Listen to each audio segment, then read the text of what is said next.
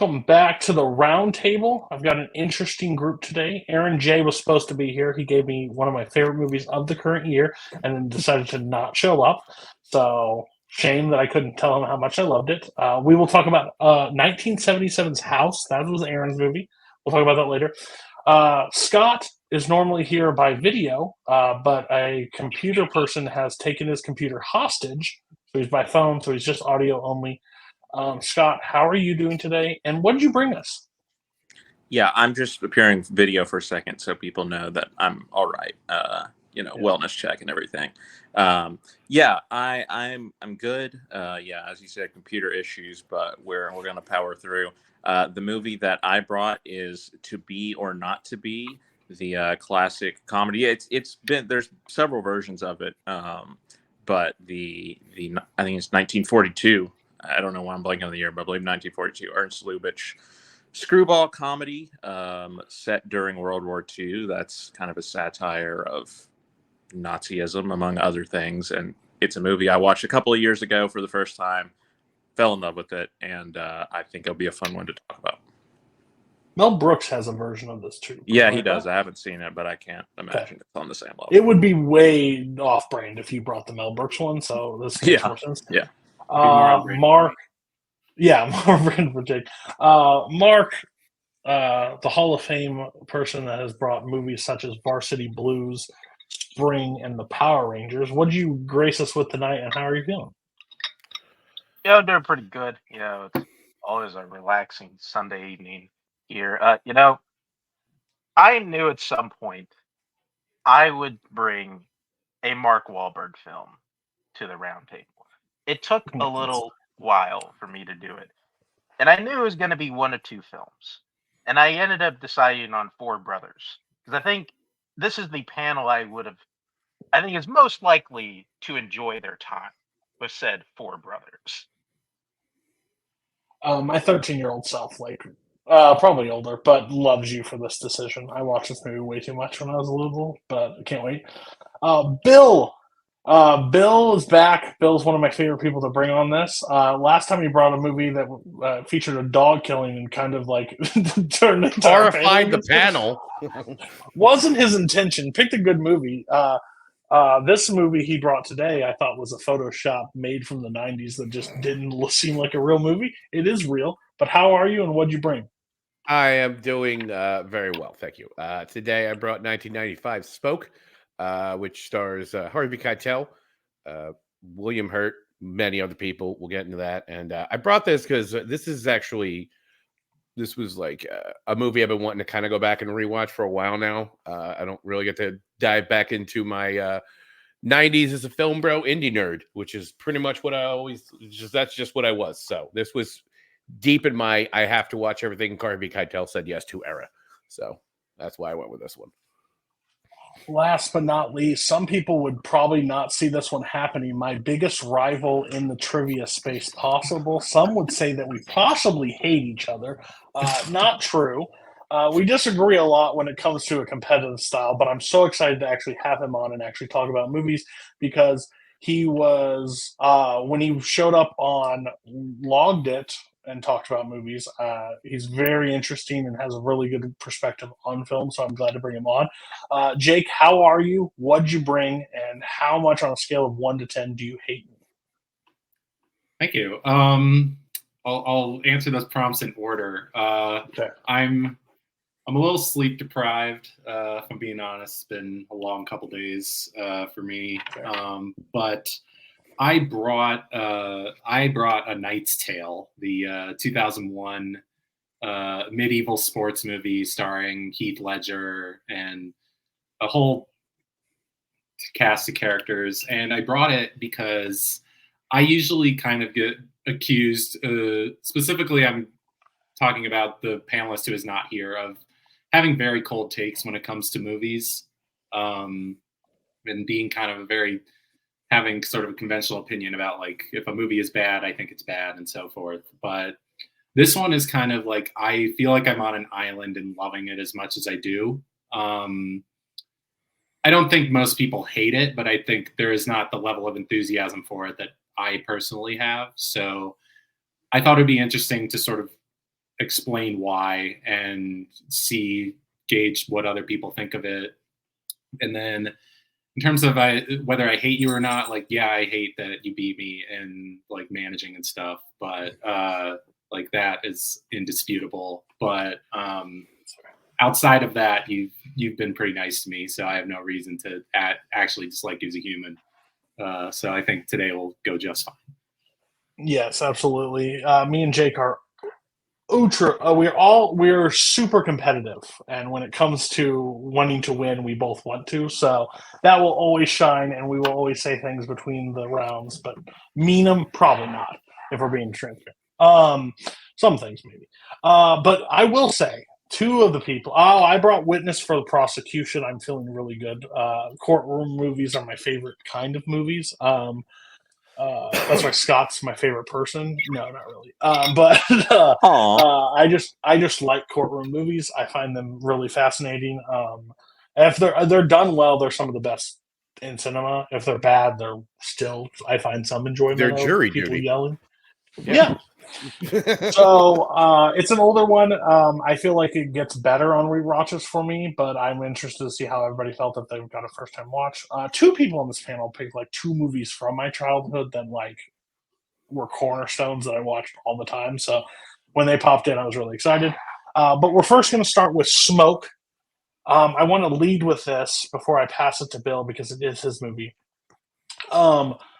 This poster looks like a screwball comedy if I've ever seen one. I was expecting some comedy. I don't look up anything before I watch a movie. I just wanted to enjoy the comedy of it. I thought it was. This is not a comedy. This is not funny. This is actually really dramatic, but in good ways. So I really actually did enjoy that. But I would say like the poster does not do like, hey, Harvey Keitel's about to joke it up. Not. So Bill, everybody, is this a first time watch for everybody else, or did anybody see this movie prior? First No, time. this was a first Has time. anybody even heard of this film before today? I did not had hear not. it. Before today, yes, when you picked it. Yeah, I Before know, you I know, picked it, yeah. No, I had never. I went right to this. I went right to Google and going, "What the hell is this movie? Is this real?" So you're saying it's indie, so you're like older than us. So you featured this one you grew up with. So Yeah. How did you just discover it, and tell us about wanting So to as bring it back? I said before, so when I was in my teenage years, I was very much because Pulp Fiction had just happened not too long ago, like when I'm in my teens. So we would go to what we call the Ritz crowd in Philly because there's this 2-theater chain. It was called the Ritz. It was like the Ritz East and the Ritz Bourges, and they always had the like smaller run independent movies. So that's where we would always go. I ended up seeing a ton of films there. And I remember seeing the poster for this when it was coming out, and I was like, oh, Harvey Keitel, we're in.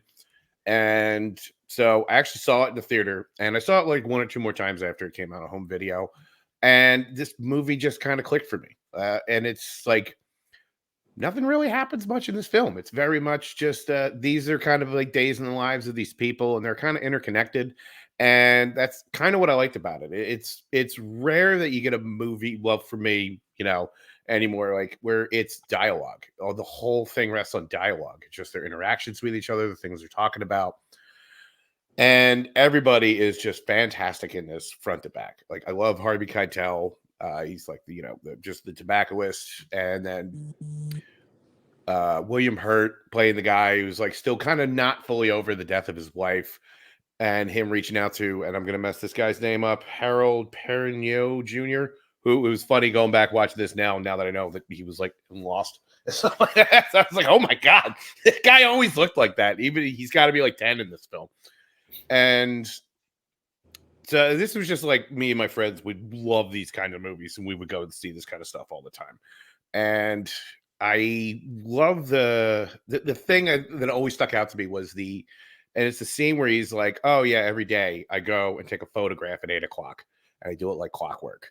And he was like, it's the same photo every time, but it's like, no, if you look at it, it's just kind of different. And the idea, and I always like that idea of just like viewing, like even the mundane is kind of beautiful. And then he finds the picture of his wife and that whole thing. And that was just like the weirdest, like idiosyncratic, like kind of thing. And I kind of love that. And that is why this movie always stuck with me. And yeah, there's not, it's hard to talk about a movie where it's just like a lot of people talking. So and that's kind of what this is. But I just love all the performances in it, especially I think like Forrest Whitaker is like really like he's in it for not a whole lot, and he just like destroys this movie. Especially the scene where he finds out that, spoiler alert for a 30-year-old movie, Harold's character is Forrest Whitaker's son, and the whole big fight and the whole scene, just he is like acting his ass off in that. And the relationship, like how they're going to try to go from there. And yeah, it's just a good time. Although I forgot Ashley Judd was in this too. So it was like, Jesus Christ. And she is like insane in this. Yeah. It's weird. I don't know how everybody else thought, but it was almost like a showcase of like actors that will later on be like big, like show us what you got, like kind of audition films, kind of like I think like Ashley Judd's like scene is like, whoa, like she fucking just is a bulldozer like through this. Yeah, and then like Forrest Whitaker, like I think that intrigue, that storyline, like kept me enthralled throughout the movie. Yeah. I think that's the through line if I could find one, because the rest of it are just chatting. Yeah. And the other thing to me too, I love is like New York is a real big character in this film, and growing up in the city, especially in the summer, like just watching this again, I'm like I could smell that heat, like I could just feel it. Like I just immediately imagine just like running around the city in the summer. I don't know, like I'm not too familiar with New York. I haven't spent a whole lot of time there, so I know Jake has. He could probably comment to that a little more than I could. But they really do capture just like how the city kind of is, and just like in a good way. It's not like super stylized. It's very like grounded, and I kind of love this movie for that. So it was really cool, like the beginning where they opening up and they're just talking sports and like the Mets and like that, like it feels like a Spike Lee movie at that, right? A lot of times, like with Esposito being yeah. You're just sitting there, you're like engaging, and it kind of gets there. And I'm kind of if I have like one like downside in watching movies normally is like I need like a plot, I need like something to go through. I like a through line. This one kind of just worked for me, even though it didn't have like that straight thing. I think that was the Forrest Whitaker, like the body shot, him, the son sitting outside and being like, you're that interaction, and then like discussing like the reveal of like that's not like him totally not agreeing with him being this kid.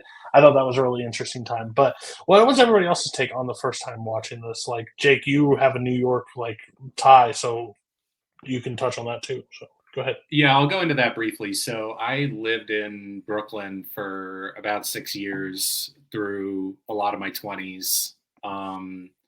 And I was trying to pay attention to like what part of Brooklyn this was in. This is maybe like, actually not that far, maybe like a few subway stops away from where I lived. And I will say like the specific sense memory it triggered was, and in terms of like, this is like a very much of pre-gentrification Brooklyn. And like when I got there, it was starting to gentrify and kind of lose a lot of that personality, like the neighborhood personality. But it took me back to my barbershop that I would go to. It reminded me a lot of the smoke shop, where it's like this guy, his son, and then this like Russian guy who I swear was like an enforcer once upon a time, and now he cuts hair. And it was just like the same thing, where it's like those guys would like, you'd have the regulars who would come in, they would talk about the Mets and they'd talk about the Yankees and like just all the sports stuff, and it would just be like very familiar. And yeah, it just triggered that sort of sense memory in me.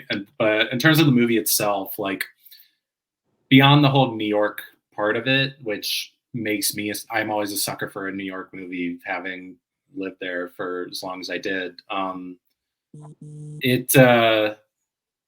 couldn't help the whole time wondering, it just felt so much like a stage play. Like, and I wasn't sure whether that was a good or a bad thing.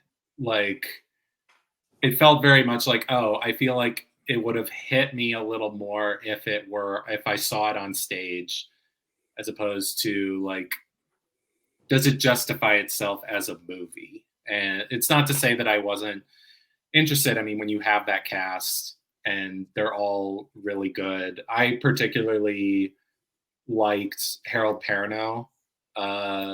His character was, to me, the most interesting character, because at first you're sort of like, what is his deal? Is he like conning somebody? Because it's like he's being very cagey with his backstory and his intentions with Paul, and he's like, and their whole dynamic was very, very interesting to me. And so as the movie goes along and you sort of find out what is going on with him, and like that was, I think, the most interesting through I'm with Cody, that was the most interesting through line to me. And I just, whatever sort of qualms I may have had like throughout the movie, whether it's like its staginess, I didn't really love the Stockard Channing side plot with Ashley Judd. That was, I think, the weakest thread of all of them by a pretty significant margin. And yeah, Ashley Judd is in one scene, but she's on the poster. It's very weird. But yeah, I think, but the ending, I think, really brought me back around. Like, I just love, like, that's the sort of stuff I'm such a sucker for, where like somebody's just telling a story and you just get sucked into that story and you just let Harvey Keitel cook with that Christmas story. Is really great. And it like comes back and like it ties in one of the other minor characters in the movie.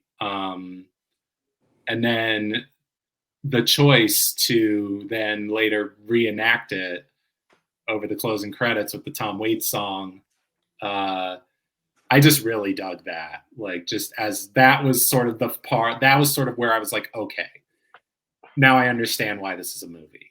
Whereas the whole time I was kind of like, this could have been better as a stage play.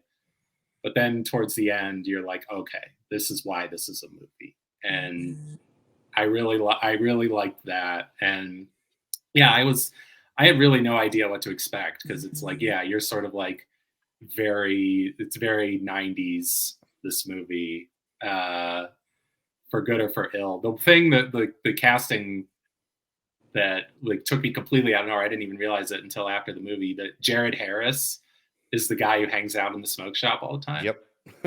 Like, yeah, really with, random. Like, that was so wild. Like him with a ratty ponytail. And and it's funny because I guess I should have figured that, because he was in Dead Man in the same year.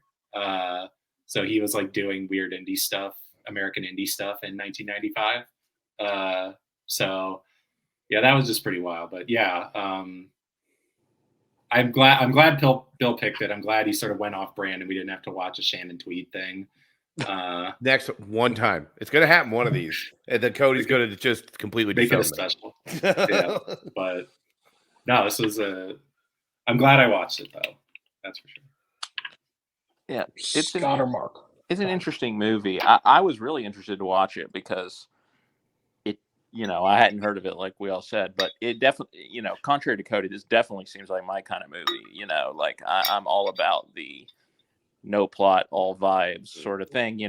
A lot of my favorite directors sort of got their start in the 90s, indie, Linklater, Baumbach, those type people. So, I was really interested to watch this. Also, Wayne Wang, who's the director of this, has a really crazy filmography. If you look he does. it up. Like I watched one of his movies on Criterion maybe a couple of years ago that like was a foreign language movie called Chan is Missing that he did, like probably one of his first movies. But then he came to America, I guess, and he made stuff like this. But then he was making like rom-coms, like freaking Made in Manhattan. And then there's some other random, like he did some family movie, like because of Winn Dixie. He did like Last Holiday with Queen Latifah.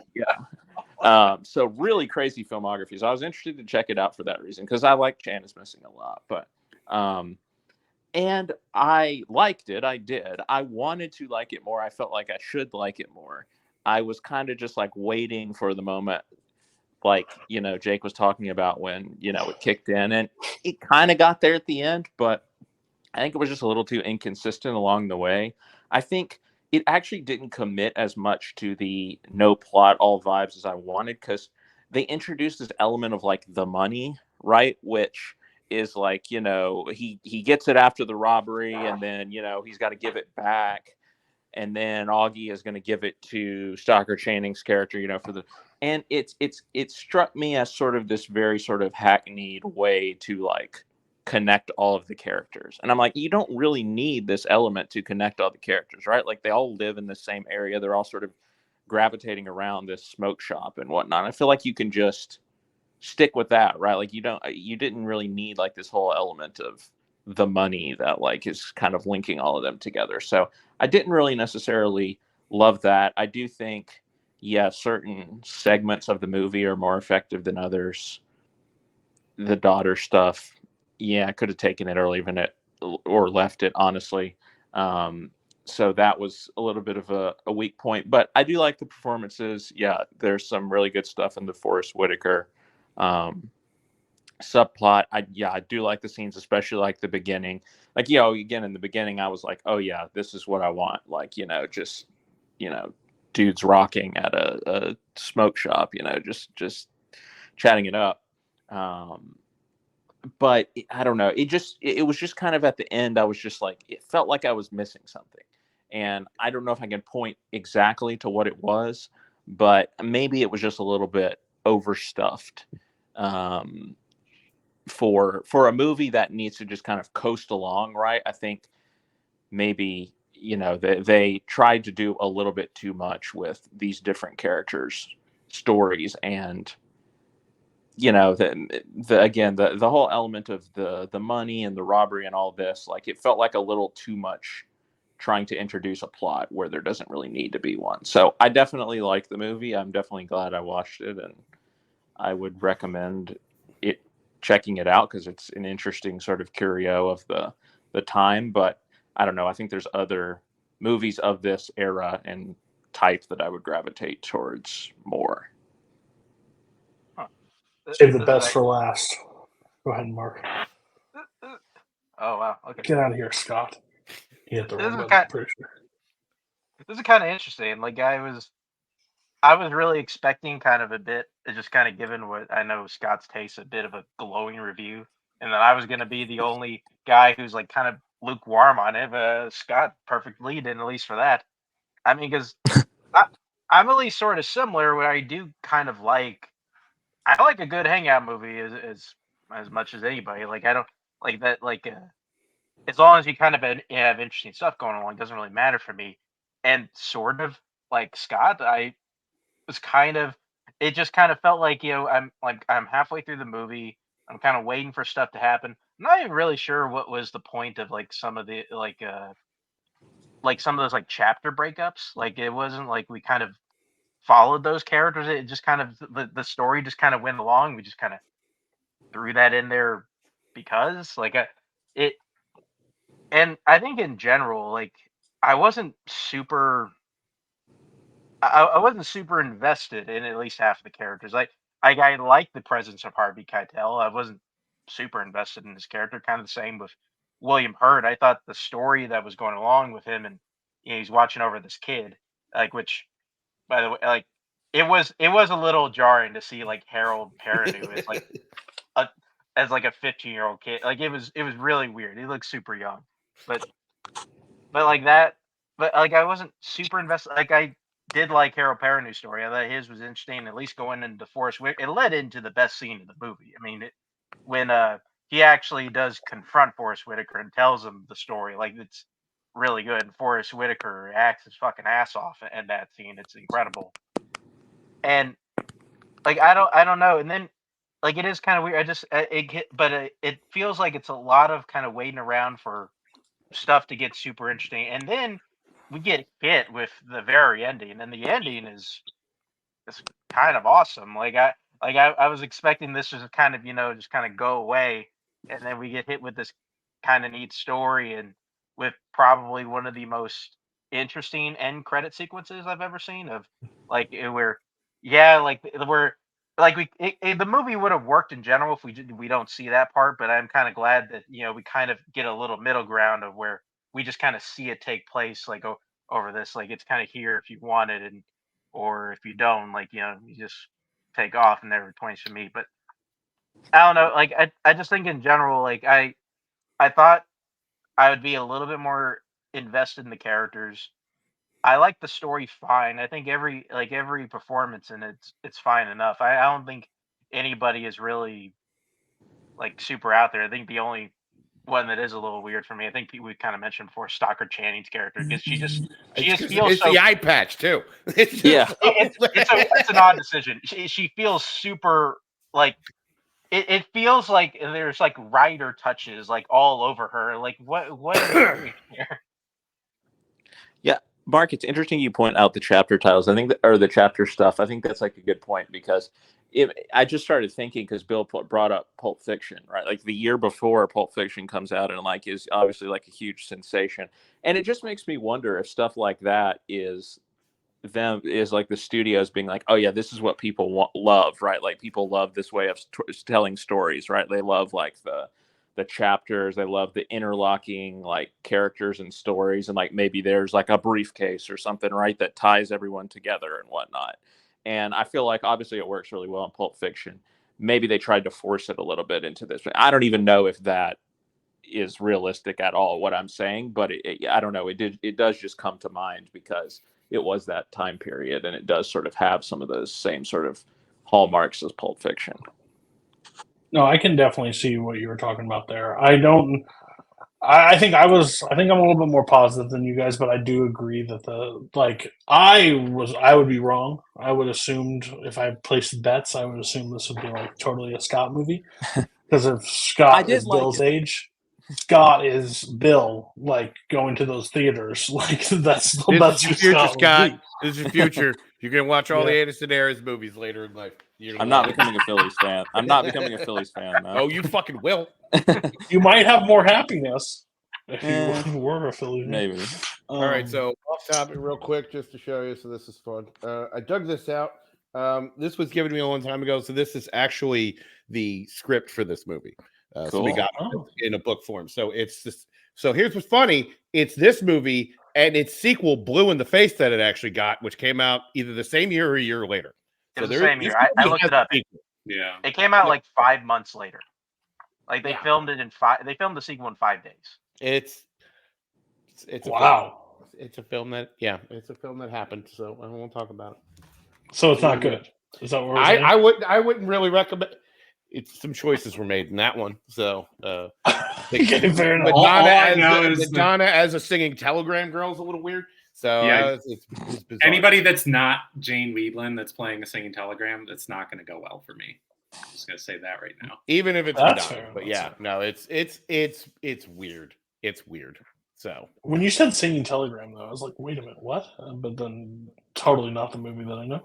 The one that. Well, of course, leave it to me to bring up Clue. I was going to say, you're thinking of Clue, probably. That's what I was. That's literally. I was like, wait. Yeah. Are we talking? That's not Clue. Okay, real quick because it's funny. Here's the cast in the sequel. Harvey Keitel is back. Giancarlo Esposito. I don't think anybody else from this first movie. And Giancarlo except for Jared Harris. And then we got like Keith David, Michael J. Fox, Jim Jarmusch, Lou Reed, Roseanne Barr, Mira Sorvino, Lily Tomlin, Malik Yoba, and RuPaul. So, like, what the fuck is this film? Wayne Wang didn't direct this one, right? He did. Him and Paul Astor. He did. Oh my god! Yeah, they both directed. No, he does. That we were talking about, but this director has some of the most interesting directing choices ever because of Winn-Dixie. Like that's a blast from my brother would watch that. And the review from Roger and Ebert for Blue in the Face. This film was shot in 6 days, and sometimes really does feel like that. Yeah, that's a classic Ebert line right there. So good. Make your own judgment about the sequel. All right, so we're getting star rating. Bill, you're going to go first. What is your rating? This is a 4-star movie for me. I think it probably would have been 3, but the performances from just about everybody and just ending your movie on putting Tom Waits songs in your movies is an easy way to get an extra star rating out of me, no matter what you do. So yeah, I kind of adore the way just the whole black and white ending of this. So yeah, I'll go 4. I'm 3 stars. That was good. Didn't like. Don't know when I'd run back to it, but after I got over the laughing poster, I was like, "Oh, this is kind of a hangout movie." If you with go a on through line. Wikipedia, that poster that's on Wikipedia, that was the one that I remember because that was the one that was in the theaters. So that makes sense. Mark, where are you at? Yeah, I mean, I guess you really liked the, Last Holiday, same director, I don't know, 2.5 stars. Like, it's a perfectly fine movie. Like, I have no real qualms with it. I just thought it'd come together more for me. Jake. Just quickly before I give my star rating, the fact that Forrest Whitaker and Harold Perrineau are 2 years apart age-wise is wild. Oh my god! And yet Harold Perrineau looks like a child. Yeah. Crazy. But yeah, I would say I probably lean 3. Like, I wish they had quarter star ratings because this would be 3.25 easily. But I'm gonna lean 3.5. I think I'd give it an extra half star because of the ending. I really love the ending. I love the story.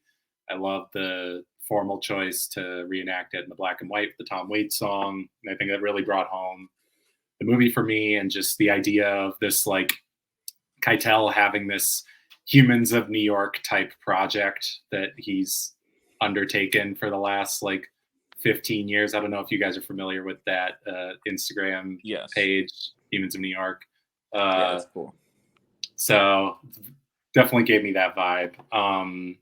And yeah, I'm a sucker for a New York movie. I'm always going to be a little more generous with that stuff, especially because it's shot on location. So yeah, 3.5.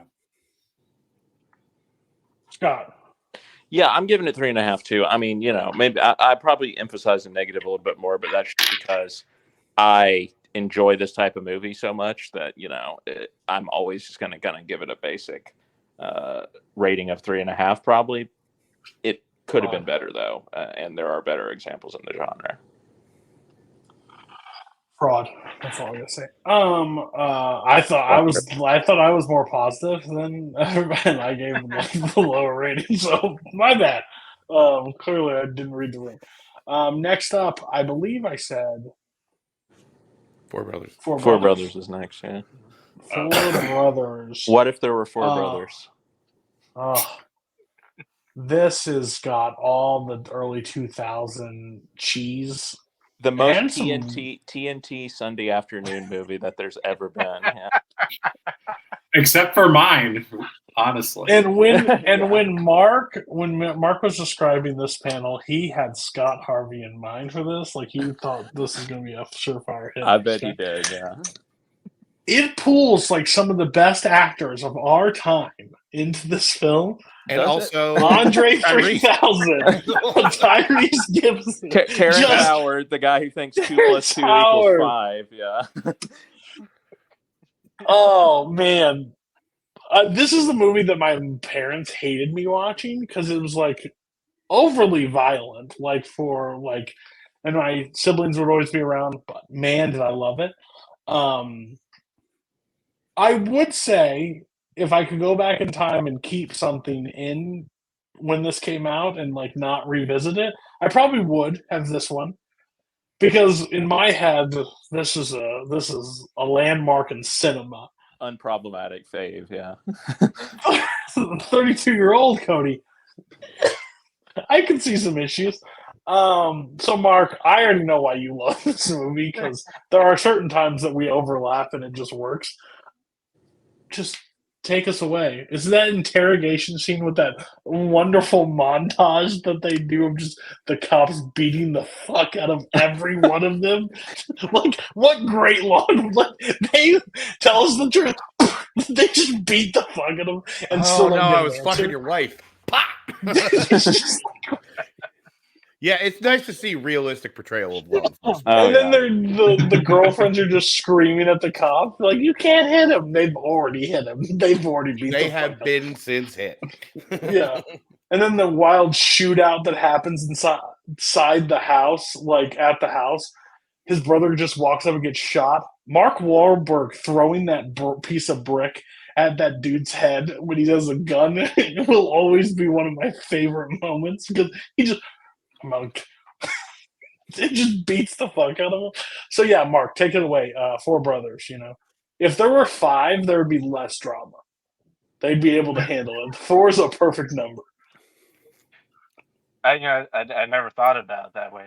What if there was a 5th brother? Like, who would be that 5th brother of the time? Would it be Lucas Black? Would he be the 5th brother? I don't know who the fucking 4th brother is. I've never seen that guy before. Garrett Dillahunt? Or Now, if they made a sequel to this movie, the 5th brother would show back up and be the villain for the next movie and go against the 4 brothers. That's how that movie. That's how Hollywood would make that movie. Garrett Hedlund, yeah. No idea. But yeah, I honestly wasn't like a huge fan of this whenever I was younger. I think I saw it like one time when I just started renting a bunch of R-rated movies from Blockbuster. I mean that happened at a certain point in my life. But absolutely, I watched it once and kind of liked, and then kind of over the years it just kind of weirdly grew on me. Like I just think like it's a super fun. It is much more fun than I think it has any business being.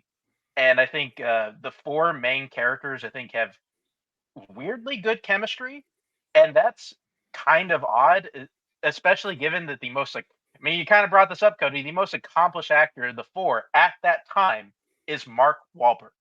He's the forefront of this crew of 4, which is super odd. And then also going back, it's John Singleton. Like, it's just such a weird film for him to direct as well. Then I don't think this was the first time I saw Chiwetel Ejiofor. I think I maybe saw Serenity a little bit before this one. It's kind of close, but in general, like I have a lot of fun watching it, and I usually give it a rewatch like every time I use it for trivia, just because I don't want to miss a 4 brothers question. But in general, I think the main reason I brought this up, and honestly, I don't even care if like this part of this conversation really continues, but I think, I'm going to say something. I maybe get some looks, but you know what?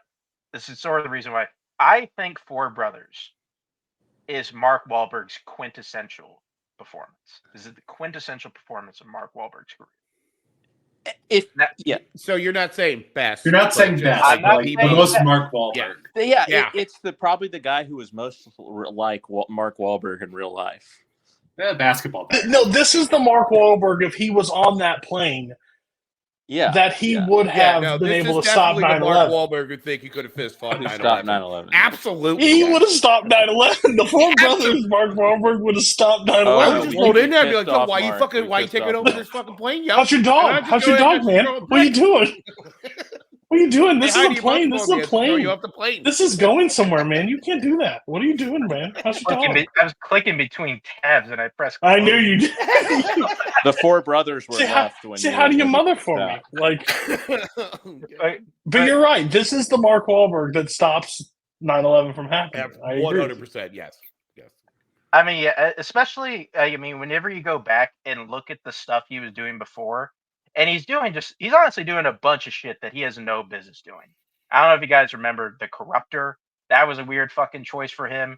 And like fucking Planet of the Apes, fucking odd. Truth About Charlie. Like him playing like the kind of mastermind, master spy, like is super weird. And even though I really like this movie, him as Charlie Croker in The Italian Job, like really the fucking, really like he's the guy that, planned like this master heist, without lifting a gun. Yeah, whatever. Donald Sutherland planned that fucking heist. He was the guy you cast when Matt Damon tells you no. Sure. And then, like, if you look at it, The Italian Job is made for Matt Damon. Matt Damon, I think, turns down that movie, and Mark Wahlberg goes Mark Wahlberg. Like, I've always thought Mark Wahlberg to do Oceans, but then he didn't, so Damon did it instead. I thought, isn't that right? Maybe. I think Wahlberg was supposed to play. It wouldn't be surprising if their careers had more overlap and like through lines that could have changed their directions. Like, here's your sequel: Damon's the 5th brother. I mean, now Mark Wahlberg and he's not the villain. He's not the villain. It's Ben Affleck, and then What if he's everyone a fights in cop a Dunkin' working Donuts for the parking lot. mob? Just that. What if he's a cop working for the mob, and like you got to find him inside the police force? But unfortunately he's had a job at Fenway. So I am now imagining if Matt Damon had said no to Rounders, and Mark Wahlberg actually plays Mike McDermott in Rounders. That's a completely Yeah, different. you have an evening ace 10 offsuit, buddy. You have ace 10 offsuit. You can't call me in that, buddy. You can't. Like Mark Wahlberg makes that movie 10 times worse. Like instantly. Now, if he Pay me my money, was man. the Ed You gotta Norton pay me my character and money. vice versa, fucking 8-star movie. If Mark Wahlberg All was right. Worm and Ed Norton was fucking Matt Damon, 8 stars. All right, back to Four Brothers. Mark, quintessential Wahlberg, go. I mean, yeah, I just think in general, in the early stages of career, he was highly misused. They were trying to use him as kind of this, like, kind of mastermind type guy, and kind of like the smarter person. I feel like we thought Mark Wahlberg could play Fear, that Fear character, over and over again. And I think we learned over the next 15 years that Fear was lightning in a bottle. Like he can't do that. And then he does this movie. He does Four Brothers, and the movies he does immediately after Four Brothers. He does The Departed the same year. He does Shooter. Does We Own the Night. Like Max Payne after that. The other guys, The Fighter. Like he does movies that completely stay in his lane.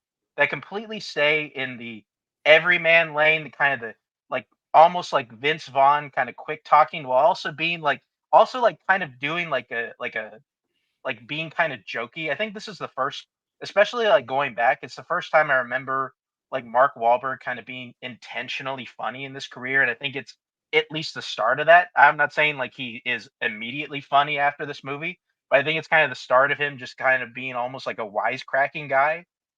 And so, yeah, I think there's a very good chance Mark Wahlberg doesn't do that. He doesn't do Four Brothers. And I think it completely changes the trajectory of his career.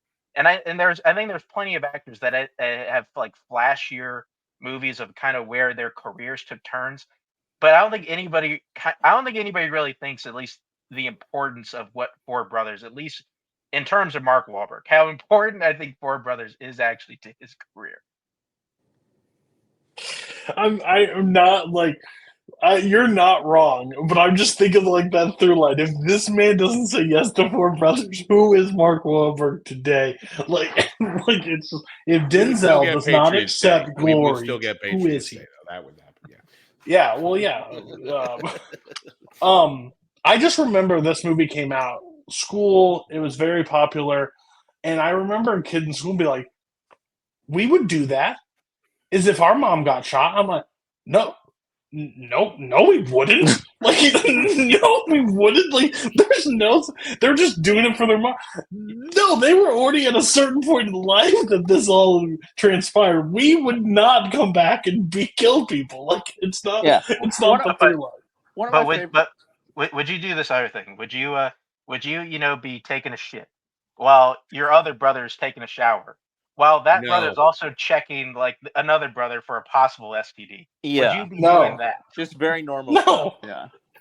They're very close. Well, they're very close. They're weirdly close. I love the explanation. One of my favorite things is the explanation where they're like, you have like the cliche scene of Terrence Howard and Josh Charles being like, now here's each one. Terrence Howard like describing who each one of the brothers is. And then it's like, okay, well, I thought you said that this lady was like, she really helped these kids. Like, why are these guys such dirtbags still? And it's like, oh, well, you should have seen them before, right? You should have seen how bad they were before she took care of them. I'm like, well, okay, that's fine, but I kind of still think they're all dirtbags and probably, miscreants that I have a hard time rooting for, even if they're on some sort of quest for justice. Everybody else can take it away. We've been chatting for a while on this one. I'm just curious what everybody thought of Four Brothers, like as a. Can we talk about the basketball scene? Great scene. Oh God, sure. Great. Please. Just pulls out a gun at the. First of all, just walks onto the court.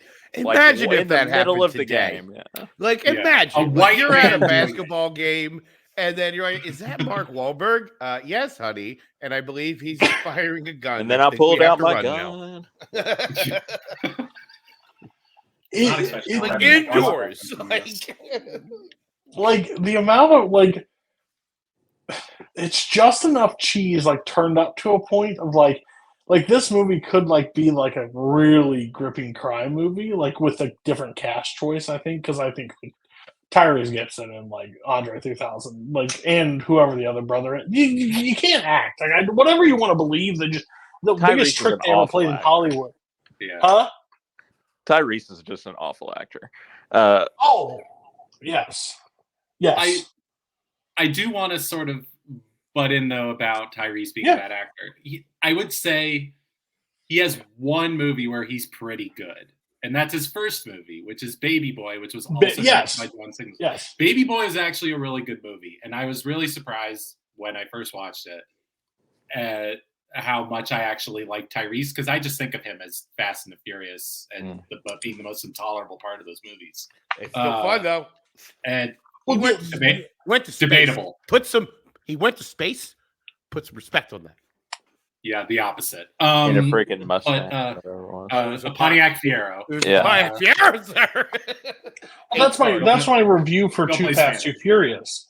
Is the biggest crime that this franchise ever did was trick Hollywood that Paul Walker and Tyrese Gibson can really act, because they can't. Like they're just not good actors. Like, I want to go back to sort of like the John Singleton of it all, because like I feel the biggest thing that I found while watching this movie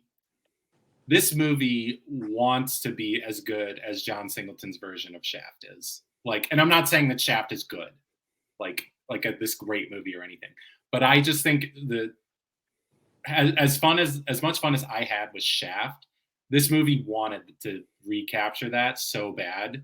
It just didn't have Christian Bale or Jeffrey Wright in it, and I feel like those two are just so great in Shaft that like you have those guys who can really act, and then you have Tyrese and Andre 3000 and Garrett Hedlund who really can't, and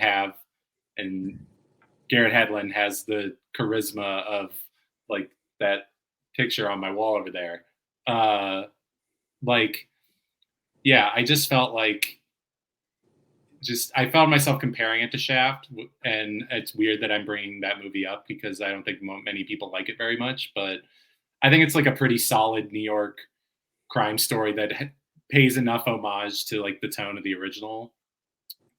But I will honestly say, like, the thing that really sums up my feelings about this movie is this movie has a lot of black characters in it, and yet the only one who says the N-word is Mark Wahlberg Yeah.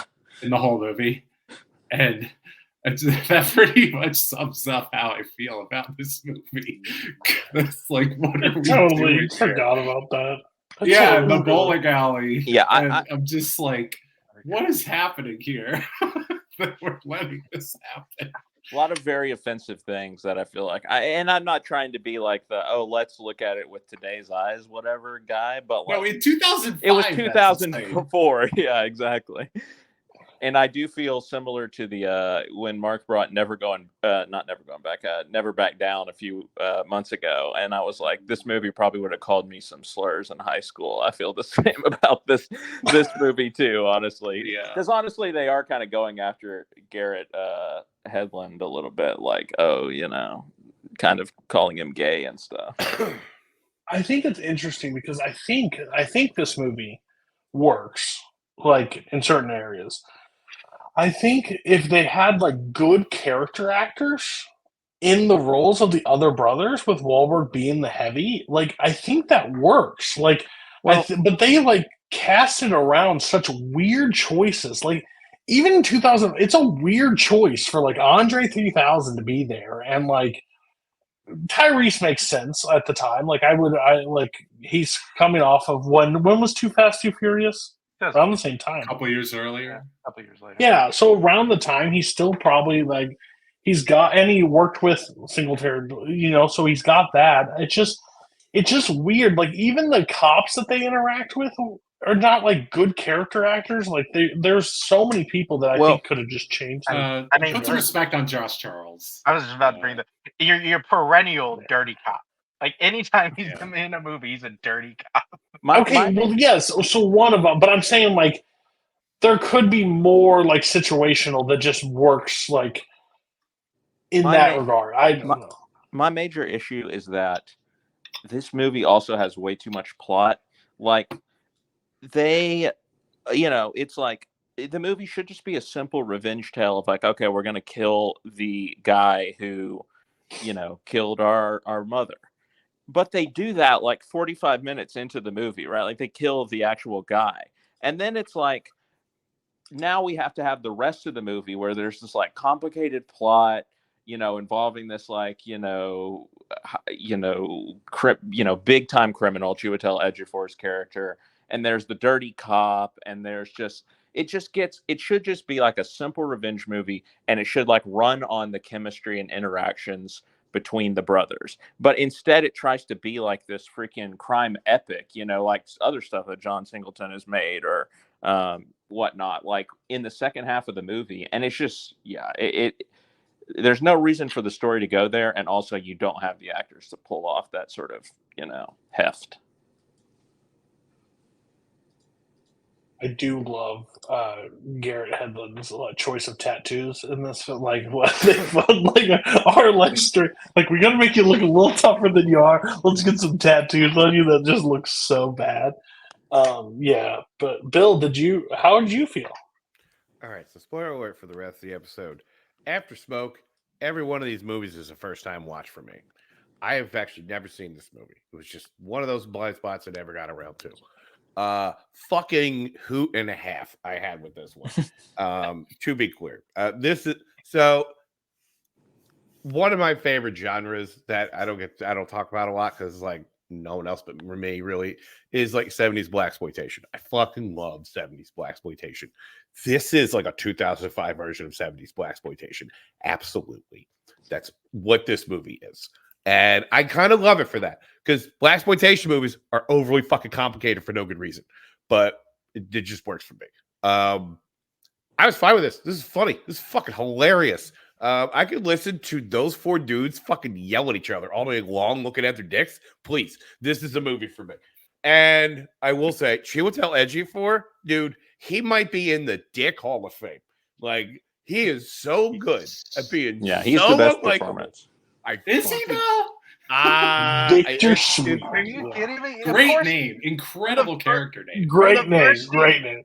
When he makes that dude eat his food off the fucking floor. And when he's like talking about how he's going to fuck the guy's wife before he gets to marry her. And I'm like, dude. And then I love the long drive out where they have to meet him. I love that fucking Mark Wahlberg walked 8 years to the fucking final showdown. Like they know they had to kill some time for that. I'm like, I thought he was going to be hiding in the bag of money because he would have fit in the bag of money. That bag was gigantic. So I was waiting for that surprise, motherfucker. And then just like, but I will say it is probably one of the most satisfying beatdowns I've seen in a film in a while where they were just like, oh, no. We paid all these guys that you've been fucking mistreating the whole movie. Yeah, they're just going to watch us fuck you up. I'm like, yes, let's go. Oh, man. Alive in that ice. Fuck them. Good time. This was a riot. I love it. So, and also I will say I understand this movie like sends him on a different path, right? For Wahlberg, I still think Shooter is his movie that changes where he goes. I mean, it's fantastic. Because we'll talk about it at some point. I guarantee it. I can't wait. Great movie, great dad movie. If you have never seen Shooter, go check it out. It's a great movie. Anything? I don't want to take off any of this thing. If anything, if you don't want to go watch the movie, go watch the basketball scene. Yeah, go watch the basketball scene. It is worth the price of admission. It's just. It's wild. Like, this guy's getting dropped, and then just like Meek leaps a fucking rope. Guy falls 8 stories. I was like, I fucking love this movie. This is the drop out the window. And he's just like laying on the ground. Like, all right, fuck you. See you later. Just leaves him like broken legs.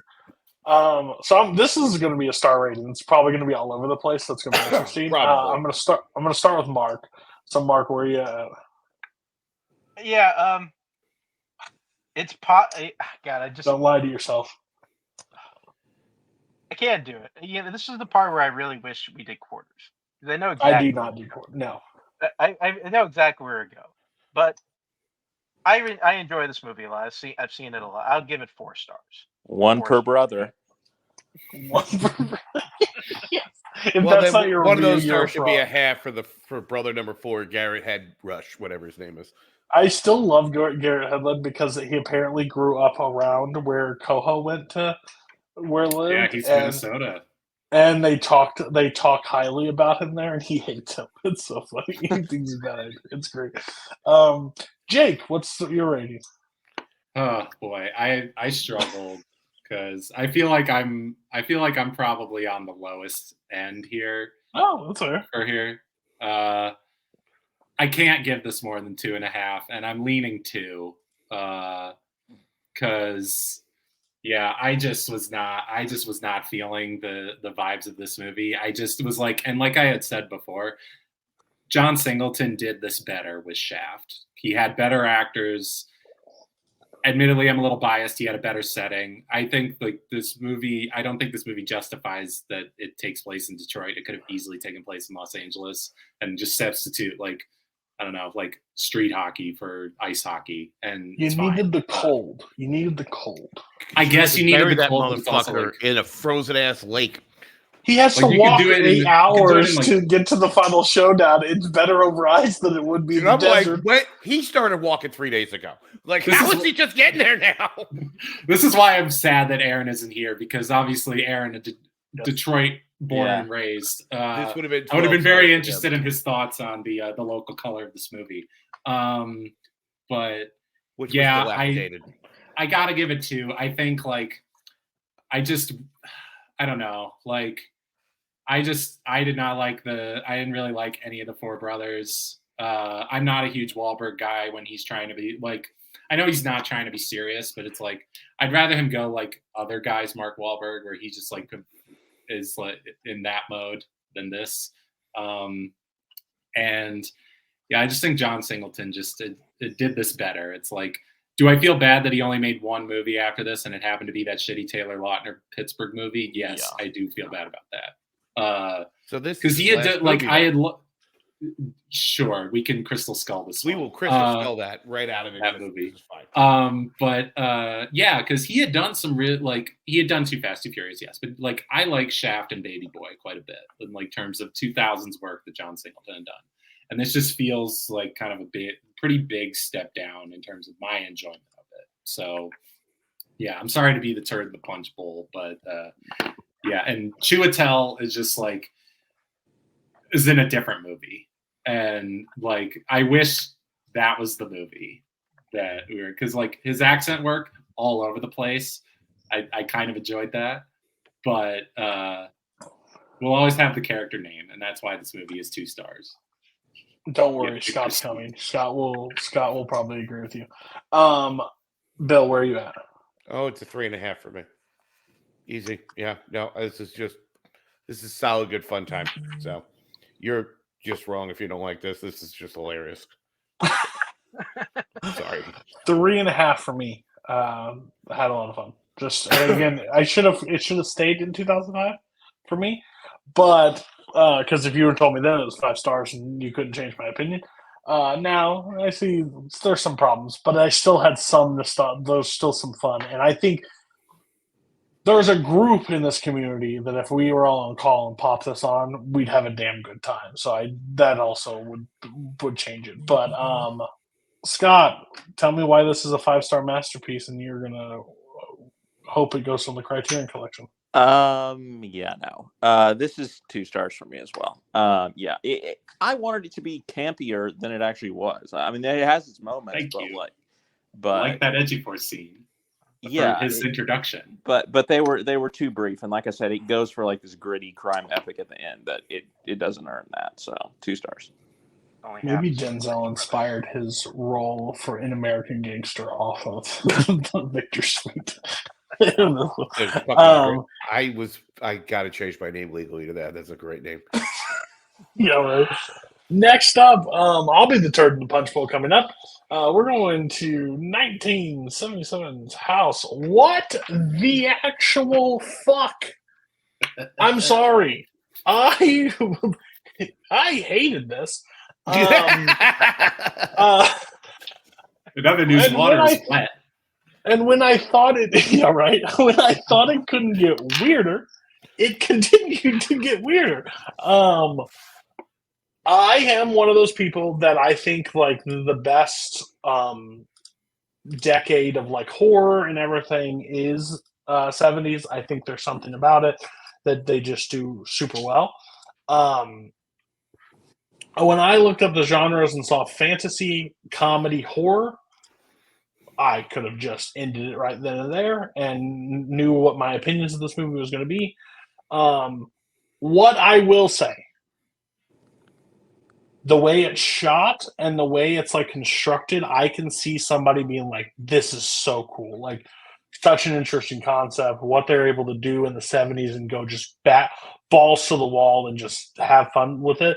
This person is they're clearly seeing that as a person that hates that and actually despises that stuff. I had a miserable time. But I won't poo-poo on it. Like, I know there's some people that probably really enjoyed it and found some really fun with it. This is just, I'm the turn in the punch bowl. Like, if this was on, I'd leave. If this was on, I'd turn the TV off. I could not. It was way out there for me. And just to pull the curtain back, everybody, when I got in the call, they're like, I know what you didn't like. I said nothing. They're like, we know one movie you're not going to like, and it's this movie. So I'm going to step back. I'm actually going to get a drink. I'll listen to everybody's thoughts. But go ahead and talk about House. Tell me how much you liked it, enjoyed it. I will not poo-poo anymore. So this is the one I watched, and I finished it 20 minutes before I got here. So this is my afternoon today. I don't think I've ever said, what the fuck is happening so often in a film that I did in this 1 hour and 29-minute film. Every 5 seconds, I'm like, fucking, what is actually going on right now? What am I looking at? What is any of this? This is pure met. Fiance Knowles is on the couch. She's knitting. She's got her good doctor on. And then I swear to God, every time her gaze averts up, she's just like, what the fuck is happening right now? It's just like, is this like art? What are you even watching? Like, is that a floating head? Why is that piano eating a person? I don't know what's happening either. I'm just be I don't know. I'm as lost as you are. Boy, hon, I'm on this journey with you. Vibes. I have no idea what's happening. Vibes. Oh, yeah. It's mescaline vibes. That's what this is. This is just insane. Kung Fu is happening. Kung Fu,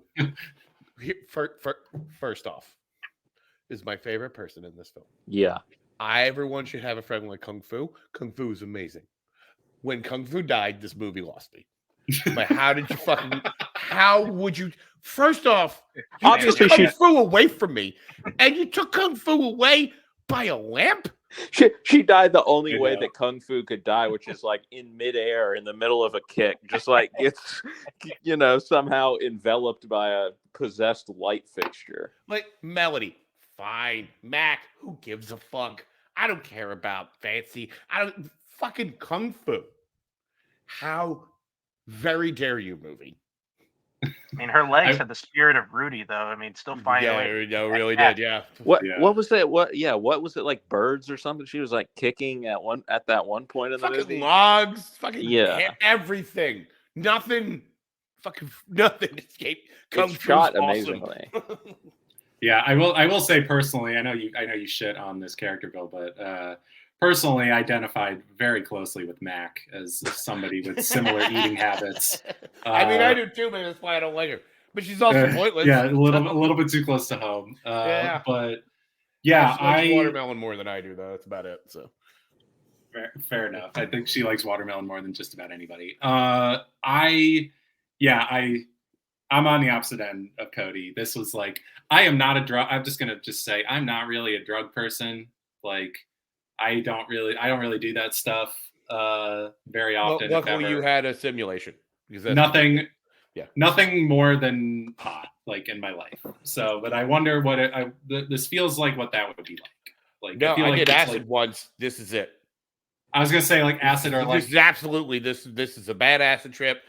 This is absolutely what that looks like. If Or like I was when on those acid and watched characters- this, I would ascend to heaven and just die immediately.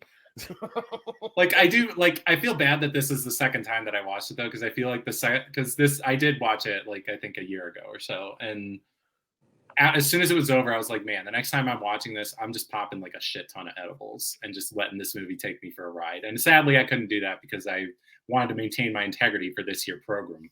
I would have said, it's fine, dude. I actually maybe I should. Honestly, I think I would have preferred you pop a bunch of edibles and then just do a fucking reaction cam, and then just we watch that for the entire length of the film, because I'm sure you'd be like, "Fucking, what is happening?" Or it could be like when I went to go this see guy just turned into bananas. Or it could be like when I went to go see Into the Spider-Verse in theater and passed out with like an hour to go. That's probably what really would have happened. Yeah, maybe. But yeah, I just like the thing that really makes me like this movie.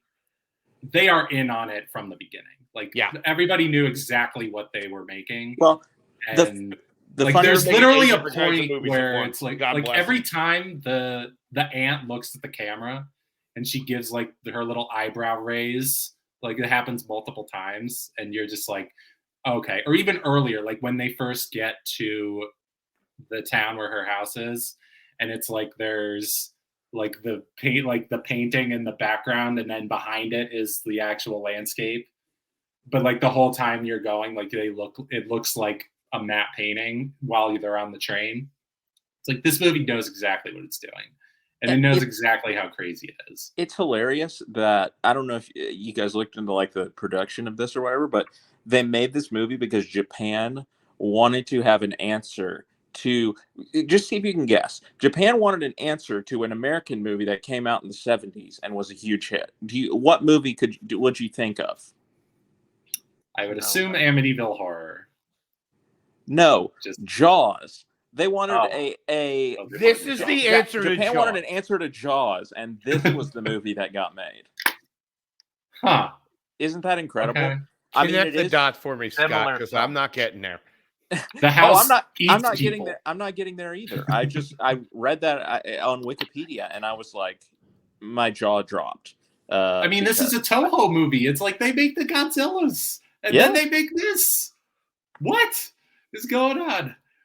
Like this would, it's just you wonder like what sort of substances the people at Toho were on when they decided this movie was like okay to go. Having said that, it is an absolute pleasure to look at. It looks beautiful. Like I think like the combination of like the overly stylized sets and the absolutely bananas practical effects, like I was just on board the whole time.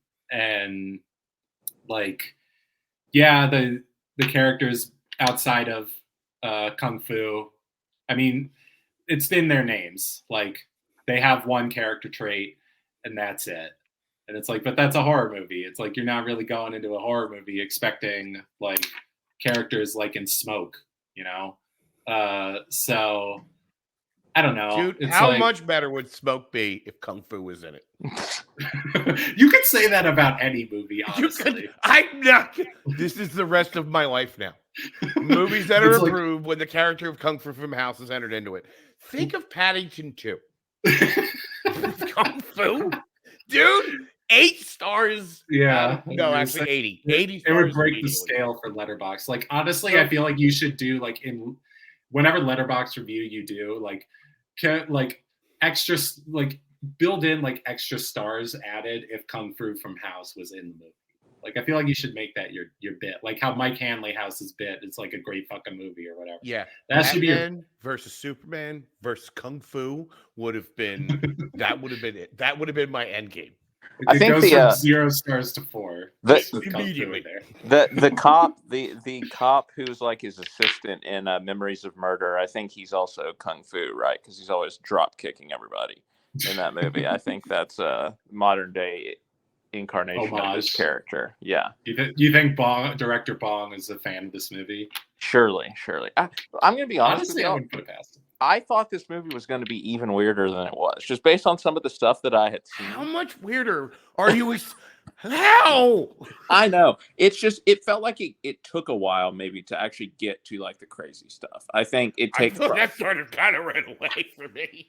It took like maybe 30 minutes for me to like get into it, but once I was into it, yeah, I mean, I had a lot of fun with it. The music was the music, should I say, like the one repeated motif of like You the mean entire the Black Parade, like OG? Yeah, because I kept thinking that was the Black Parade. Was basically, yeah, no, it does sound like very similar to that. But then also, I mean, I loved the ending scene where they like bring in that like weird song with vocals and everything, and like it's just, you're just waiting for like, you know, something crazy to happen because you know she's gonna like kill the stepmom or whatever, and just like that whole long sequence of like, oh, she's walking up to the house, and then now she's coming inside, and they're sitting down. Oh, where are your friends? Oh no, they're just asleep. Don't worry, blah blah. And then you just catch. They wake up, they'll be hungry. That's the movie. Yeah, they'll be hungry. They always wake up when they're hungry. Yeah, just love it. So I did end up having a lot of fun with it, and I do like the stock characters almost, and we're not putting enough love on Prof because I thought Prof was because a Kung Fu is in the movie. Well, yes, Kung Fu. Everybody else ceases to be important anymore. Kung Fu is great, but I also liked Prof, and also she may have had the most brutal death of like, you're losing your glasses and then like you just start drowning in blood, like ugh, cat blood. Eaten by a lamp. She get eaten by a lamp. Kung Fu would have stopped 9/11. Forget Mark Wahlberg. Kung Fu would have done it. He would have done it. Well, I love Kung Fu. That's a little bit about me. Yeah, the audience knows. They're aware, Bill. I think I'm with Cody on this one. I'll be honest. Shocking. It's one thing I am glad. I'm glad Aaron did. Yeah, I will say two things. One, not nearly as bad as when Mike Hanley threw in idle hands at us and then just peaced out. Not as bad. Let's say that there. Not as bad as when Mike did that. Nothing is worse. I would like to watch Idle Hands twice in a row, please, over House. Thank you. No chance. But also, House is 100%. I would have 100% blind bought House on Criterion, probably in 2 years. If Aaron had not put this on here, I would have 100% have done that. And he saved me $30, and I'm very thankful for that. I don't know, man. Like I honestly, even though I think kind of my track record on the show is, maybe said at the differ, I don't mind kind of weird, goofy horror at all. I honestly I will enjoy it at times. I mean, I saw Lisa Frankenstein last night, kind of loved it, and it's just a wild ass movie. But I watched this and like it just like I'm just thinking like, man, I'm not fucking drunk enough. I'm not on enough drugs to get on the wavelength of this movie. It's so goofy. Like, even though Kung Fu is great, we get that like her little like score piece every time, and it's like just the fucking weirdest piece of music ever. I'm like, what? Like, and like on like really like horror, like some like legit like terrifying stuff. Like a girl gets eaten by a fucking piano. Like that's kind of like a weirdly horrific scene. And it's played off like by like a fucking scene in Blue's Clues. Like it's super like it's super weird and it's super goofy. And I also wasn't really prepared for kind of how horny the movie is. Like the movie is weirdly horny throughout. Like it just really threw me off. And sort of like Bill's last movie I watched. So I honestly finished it like 5-10 minutes before we got on here. And I'm just I kind of almost wish you talk about this first, like, it's so fresh in my head. Though, like, is it just you, or is it just me? Like towards the end where they get to that random breakaway to the noodles, like scene, and I'm like, oh, I had to stop. I had to pause the movie, make ramen noodles. I just suddenly that's all I want to do right now. So, Who else watched this last? Because 3 of us watched this last. I also watched it last. Yeah, I saved the best for last.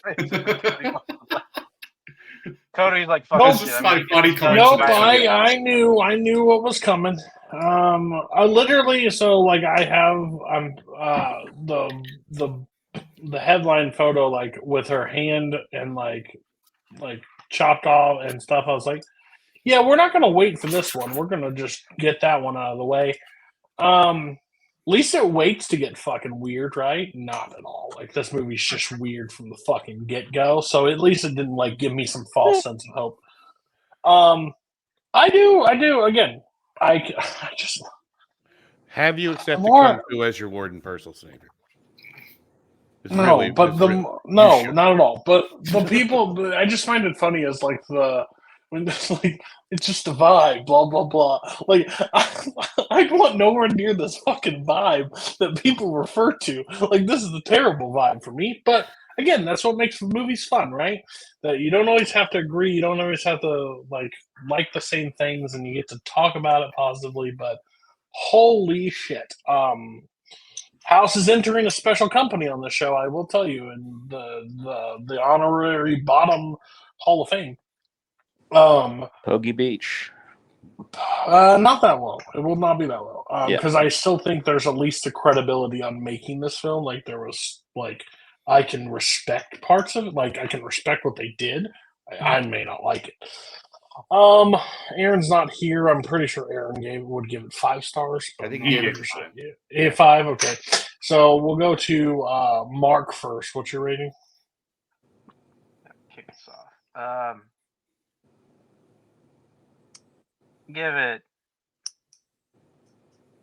I'll give it 2 stars. I'll give it 2. I'm just really just not a huge fan of it.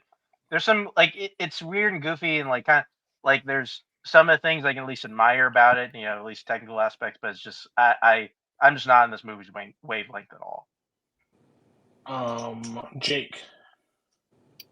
So I double Mark's rating. I give it 4 stars. Because I have never seen another movie like this one, and I think that alone gives it a lot of credit in my book. Like this is to me, this is like a truly original vision. Like whatever you make of like how weird it is or whatever, like it is unique, and you can't say anything else. And I just have an absolute blast with it. Like this is the second time I've seen it, and I liked it even more this time. So yeah, 4 stars. I will say, like, I'm finally happy that I saw the poster. Like, I finally saw the movie related to the poster that I've seen forever. This is like one of those like iconic posters that I've seen so many times. But definitely didn't know the movie that was underneath it. Shocker to no one. This is 1 star. But hey, won't yuck your yum, I bet making a film is hard, but I heard this is their rebuttal to Jaws. Wing and a miss. I'd rather been eaten by the shark. Bill, what's your Kung Fu's in it, so Kung Fu should be in everything. You missed that whole debate. I know. I heard it all. Oh, fucking it's fine. You know how much better I'm with Jake. It should be your bit on Letterboxd. Jurassic World: Fallen Kingdom with Kung Fu would immediately improve that entire fucking film. I am not wrong about this. Anyway, take out Bryce Dallas Howard. Absolutely. Just Kung Fu kicking the shit out of fucking dinosaurs for 2 hours. I'm making that movie. This is going to be a 4 for me. I appreciate it. Here's a couple things. 1, if any movie can just get me to be fucking flabbergasted for the entire runtime, you did your job. 2, some of the shit they pulled off with practical effects, especially in this film for this day and age, it's honestly impressive. 3, if you're going to be good or if you're going to be bad, but if you can also do it in under 90 minutes, God bless you. You will always get an extra star out of me for That's that true. one. Yeah, because like if you're like, because the worst thing you could be is boring and long. So, but if you're like good but also efficient and like I can wrap this up in like 90 minutes, God, you're all right with my man. So yeah, I would say this is a solid 4 just because this is an experience you just have to see. Fiance Noel still has no idea what the fuck happened, so it's fine. I will. I thought it was fascinating. I thought it was fascinating when I walked away and I heard Bill say, I said, "What the fuck?" so many times. If a movie can make Bill say, "What the fuck," it's special. Me, yeah, Uh, absolutely. You should see my letterbox. Bill's seen some shit. Bill has seen some shit on purpose. I've seen some shit. Yeah, true. Scott. I am gonna I'll be back in a minute. I also give it 4 stars. I had a good time with it once it kind of kicked in and got going, and just enjoyed laughing along with the movie because I agree with Jake that the movie definitely knows what it is, and I always appreciate that. It's a vibe. All right. Next up, A Knight's Tale. Good old fun, Heath Ledger, maybe one of the early in career where people are like, "This is the guy that's going to play the Joker." This is the difference with Four Brothers. This has got a group of character actors that really work super well in this movie and plays it up, and I like every bit of this movie.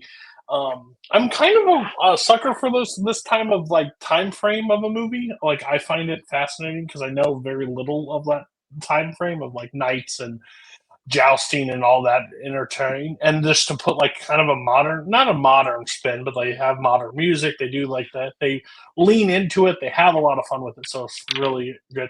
Anybody see this for the first time besides Bill? Bill did say he saw all these. Me, I had never seen it either. Oh, okay. I'm really interested to see. So what did you take away from it for the first time? And then I'll go to Jake and he can gush about how much he loves it after you tell me how you felt. Yeah, I had a good time with it. I enjoyed the movie. It was probably a little bit long because one of my overall takes is I don't know that I find jousting that exciting, to be quite honest with you. I think there's a very limited number of outcomes, it seems. And I think that this movie probably got all of the juice that it could possibly get out of it. I don't think there should ever be another jousting movie because I don't think there's anything left to depict, probably. But this one is a lot of fun. You don't need another one. Yeah, That's true. Right. I like you say, they jazz it up with the modern music and things like that. Yeah, I think Heath Ledger it still just makes me sad because he had it. He had the it factor, and it's just great to see him locked in here. I did enjoy supporting performances. Obviously, Paul Bettany, really stealing the show. Anytime he steps up to do his introductions was amazing. So I had a lot of fun watching him. I also think Rupert Everett was a great villain character too. Rufus Sewell. Why did I? Yeah. Wow. I'm mixing up actors tonight. It happens. I'm getting old. Rufus Sewell. Sorry, I thought he was great. The romantic subplot, as in a lot of sports movies and movies in general, it didn't do a lot for me. I did like the stuff with his father. I thought that, when it happens in the third act, the emotional parts did tug on my heartstrings a little bit. I thought it could have been integrated a little more throughout the movie. You have like the couple of flashback sequences that are kind of getting at the relationship, but I thought they could have done a little bit more with that. But as just a straightforward sports movie set in a time period, that we're not accustomed to seeing a sports movie, and obviously you have the movie star charisma of Heath Ledger. You have some, jousting scenes that get all of it that they can out of the sport of jousting, and the soundtrack, all of that. It's well directed, it's entertaining, it's fun. I can understand like coming back to it and it being sort of a good mood movie. I would, tune into it on TV. It's not a favorite, not going to be a favorite necessarily for me, but I understand why people enjoy it. All right, Jake, take it away. Talk about like how much this, because you were one of the people that I've heard before speak very highly of this movie, but what makes it one of your all-time favorites? It's like me and Jay Birds are like the two people who like hold this movie in this high of esteem. I think Scott got at a lot of why it appeals to me so much. Like, I think like it follows the sports movie playbook pretty closely, but the two things that set it apart and make it rise well above, I think, the stereotypical sports movie are the setting, which is unique for a sports movie. When you're like, think of like a high concept, like the whole like Don Simpson high concept thing, where it's like a sports movie, but with jousting in the Middle Ages. It's like you can sell that in 30 seconds. But then what really elevates this movie is the ensemble. Like, this is why this movie was a TNT staple for me growing up, was the entire cast of characters. Obviously, Heath Ledger, explosive movie star charisma, I think. And I think that it wasn't really well liked at the time, but I think when people went back after his death, and I think in the years since, they came back to this movie and was like, wait a second. This guy was a movie star from the beginning, and he was great from the beginning. And it just is even more sad that he didn't go on to do more things, not necessarily like this, but like more sort of movie star, like where he's just like super charismatic like this. And he's just a real, well, that was before, but like he wasn't the lead in The Patriot. I actually also haven't seen The Patriot for obvious reasons because of who's in it. But anyway, like Jason Isaacs. Sorry. Yes, I hate Jason Isaacs, that anti-Semite Lucius Malfoy. Yeah, like the thing that really elevates this for me is like him, but then everybody else around him. Scott mentioned Paul Bettany. Obviously, he has the showiest role, I think, of anybody. His first major introduction, where he's like, it's like he spent a year in silence just so he could better understand the sound of a whisper. I mean, that's just like you're just like getting all the flowery language in there. And that's something that I really actually appreciated a lot about this movie. Like, it's kind of like, it's like a corny sports movie, but you also have the attention to language that you get with a character like Geoffrey Chaucer. Like, I really love the scene where the whole group is collaborating to write the love letter to Jocelyn. Like, I just really enjoy that scene and just hearing all of their different sort of romantic streaks in them, and they all sort of pool together to make this flowery, like very heartfelt speech. I know, but like Mark Addy, Alan Tudyk, who is a favorite, I think, of everybody. Alan Tudyk, Laura Fraser as Kate the blacksmith. They're all great. Their chemistry is absolutely off the charts, all of them. And then, yeah, Rufus Sewell is just such a great shit heel. Count Adamar is just the absolute poster boy for character you love to hate. And it's just so satisfying when he gets his comeuppance in the end. He gets his line thrown back at him. You have been weighed, you have been measured, you have been found wanting. It is very satisfying. And even like, I do like, as somebody who read Canterbury Tales in high school, getting some of the references to some of the characters that he portrayed. Like, I will eviscerate you in fiction to the partner and the summoner, who are two characters in Canterbury Tales. And just though, like, it straddles that line where it's like you can find these references to other culture hokey. Like, I think a lot of people would probably roll their eyes at Kate's mark of her trade being the Nike symbol. I feel like that's pretty easy to sort of scoff at, but I don't know. The movie just kind of makes it work. And like the whole using modern music, particularly the opening scene with We Will Rock You, where they that's like setting up like what a sporting event would feel like back then, but make it accessible for a modern audience where they're like that's what it would be like going to a basketball game these days. It's like you listen to We Will Rock You, you do the clapping and all that, like, and it's like you get the vibe, even if that's not exactly what they were doing in the 1300s or whatever. And then to top it all off, I will close here. We were talking about Victor Sweet as a great character name. Big shout out to Sir Ulrich von Liechtenstein.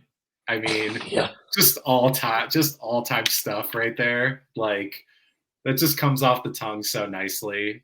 And like, particularly when Paul Bettany introduces him, it's really satisfying. And I also like, I get emotional with the arc with the father. I think there's just enough.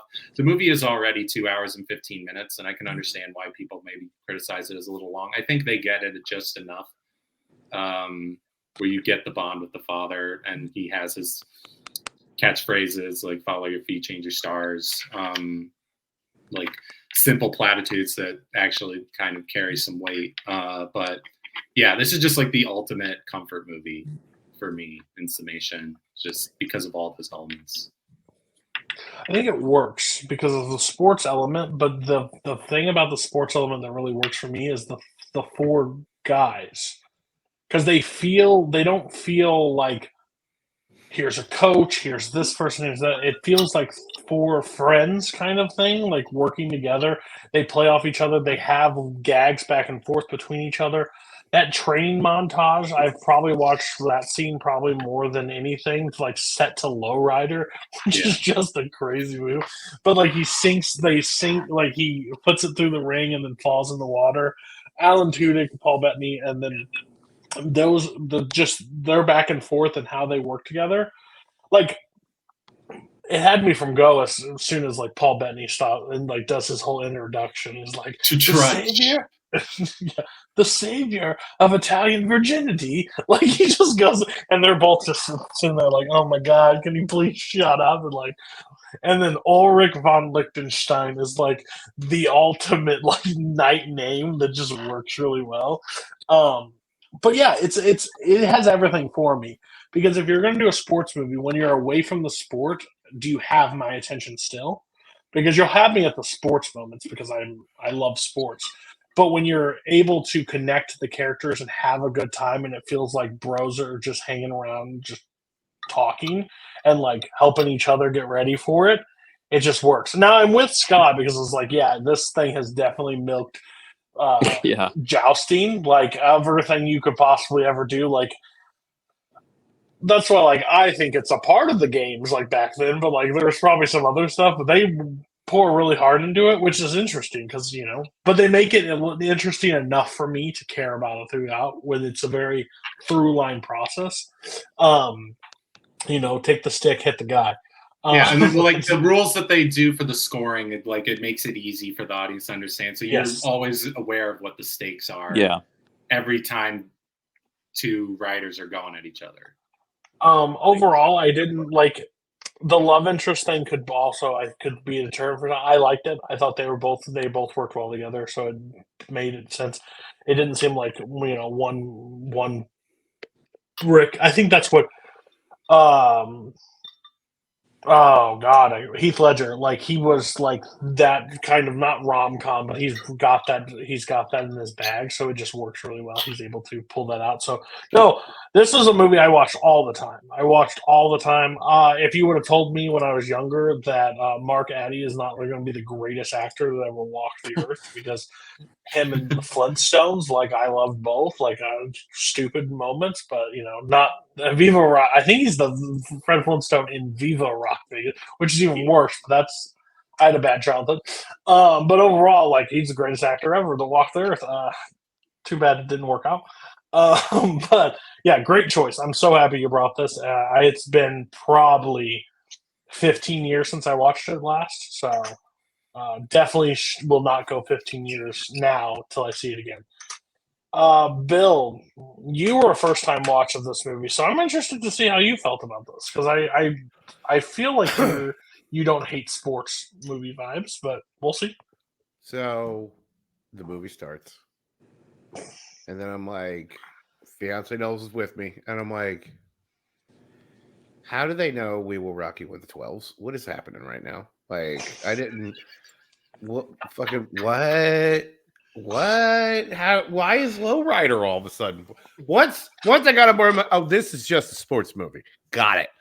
It all clicked. Although missed opportunity, one of those fucking nights should have been introduced by Michael Buffer. I honestly just Jeffrey Chaucer was good enough. He was the. I would just imagine, and then fucking Chaucer just upstages Buffer. Absolutely, that would have been great. This is actually a lot of fun. Yeah. The whole cast is great. I popped as soon as like Alan Tudyk shows up. Like, oh, we got a movie. Oh, we're go. And then we get like fucking. Oh my god! Hold on, wait. Why am I blanking on Paul Bettany? I'm like, now we got a stew going. Okay, this is some good stuff. So, just like, wait, he's he like Chaucer? And I was like, oh shit, yeah, no, he's actually Chaucer. Like, this is fucking hilarious. And then, yeah, no, absolutely, Rufus Sewell. I was just, I'm like, ooh, the comeuppance you get better be good. It was good. I have no complaints about this. This is a solid good time. No, it's just like this is one of those. Don't think about it. Just enjoy the ride. Also, shout out to James Purefoy, just randomly, fucking just as like the prince. Because as soon as there was the whole thing of like, oh no, yeah, no, you got my respect. I'm like, oh, that's going to come in handy later. And sure enough, he's like, you're a fucking knight. Get out of that shackle. And I'm like, fucking like a G, rolling in, saving the day. Let's go. Yeah, like with the hood, and he lifts up the hood. Hell yeah. He's like, oh, by the way, he's this. Don't dispute me. I'm the prince. No, I had a blast watching this. So this is fun. I see why people love this movie. So it is just an entertaining good time. So yeah, Mark, no complaints. You know, I when Jake picked this movie and I rewatched, a thing that kind of popped in my head while it was going on is that this movie, I think, really should be like the poster boy of films that don't age well. Like they are a product of their time. With all the things that all the things that we talked about, it's just kind of a weird movie. We got like kind of the modern day music playing in the middle of it, and honestly, it's still as fun as we all remember it. Like it has some weird intangible that just makes it all work. And we mentioned the sports movie at all. We mentioned kind of the side character cast, but there's something about it. And honestly, it really is probably the Heath Ledger of it all, which I was, as we were talking, just kind of looking up, I know, like, it was a thing, like, he died young, but whenever you go and just count that, he only has 18 acting credits, like throughout his whole career, it kind of does put that in perspective. But yeah, I mean, I can't deny that it's not an incredibly fun movie for whatever reason. Like, even though it's kind of ridiculous, it should be ridiculous going back. The Paul Bettany Chaucer stuff really works. It's fun. Like, everybody they pick up along the way. I don't know her actual name, but Lydia from Breaking Bad. Fun character to add in here. Rufus Sewell too. I mean, I think the only reason why he didn't become like a bigger actor is because Hollywood they have a thing against making big name actors out of people named Rufus. So it's like, you have this and you have a knight from High Castle. So, your big roles will be a killer. It will be like a horrible person and a Nazi. And, that's, what you're going to be known for. Which, I mean, that was also the thing. What? Dark City. I was about to say, that's the only thing I've ever seen him in outside of this. And he's fucking amazing because fucking Dark City is a perfect movie. So there was also the reason I think why also like Rufus Sewell's character works really well because I think to a T, he is the classic 80s sports villain. Yep. The only thing that makes him I think a little bit better is that because we put this in the medieval ages and we're doing like the jousting and knight tournaments, we can express that Rufus Sewell's character is a killer and he has totally murdered people in his lifetime, and it and all that stuff like where like the like fucking Johnny Lawrence, like almost killing fucking Ralph Macchio's character. Like it feels really weird. It's not super weird that like Rufus Sewell just wants to murder Heath Ledger's character. Yeah, put Rufus Sewell's character on a ski slope, fits right in. I see what you're saying. Absolutely, he does. Yeah, I mean it's a really fun movie, and honestly, it really shouldn't it shouldn't have aged as gracefully. It doesn't. It just does. Like it's a weird thing to say. Like it feels like this would be an easy movie to pick apart, but like you just really don't want to. I mean, it's just the whole thing just kind of sings. Yeah, well said. Okay, Jake, what's your rating on this? Like my heart says 5. Like maybe objectively, like maybe not, but this movie really means a lot to me. It's an all-time comfort movie. And yeah, like I just gotta follow my feet and give this 5 stars. Like this is it's you gotta change the stars. Yeah, I'm gonna change the stars to 5. It's really great. I love the whole cast. I love the sort of the unique setting of a sports movie, and just everything that happens is just really satisfying. It's just perfect, it's like perfect movie junk food, and I could watch this movie literally anytime. I think I've watched this movie like 3 or 4 times in the past year, and like it never gets old. It's just really satisfying every time. Yeah, 5 stars. 4 stars. Damn good time. Would suggest it. Maybe a little long, but I never really feel it. So, Mark.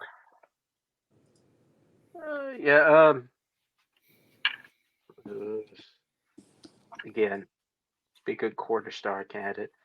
No. I go 3.5 stars. It's a really fun time. Scott. I give it 3.5. It doesn't rewrite the textbook on these types of movies, but it gets points for originality because of a lot of the things we've talked about. Bill. I'm gonna go ahead with the 4. I think I probably would have said 3, but a full star rating for just Alan Tudyk, for Paul Bettany, and also actually my favorite choice of composition in the film, Golden Years. I thought it was a nice touch. So the whole big dance number for Bowie, and I'm like, there you go. That's good stuff. The fact that everybody here liked this movie just makes me very happy. I'll take this as an absolute win. I can't believe everybody didn't hate mine. So we're all having a great day here. Jake, I bring a movie every month, and it's really hard to get that to happen. Trust me. It really is. I remember the first time I brought a movie, I was like 2 for like the table not totally hating the film I picked. So I remember the first movie I ever brought. I was like, "Oh, everybody will have fun with this," and they're like, "This movie's shit." I'm like, "Oh God, where am I? Why did I start the show?" Okay, 2 more movies. We're having a great conversation, so I appreciate everybody for being so into it. To Be or Not to Be, first time watch for everybody besides Scott. So this will be interesting. Scott, overall, why? So I wouldn't consider you like a super classics guy. I mean, I'm not saying you don't like classics, but I'm saying like I would normally if I put you into a realm, it'd be 2000s, 2010s area. So how did this movie get on your radar, and how did it, and why does it resonate where you wanted to bring it on?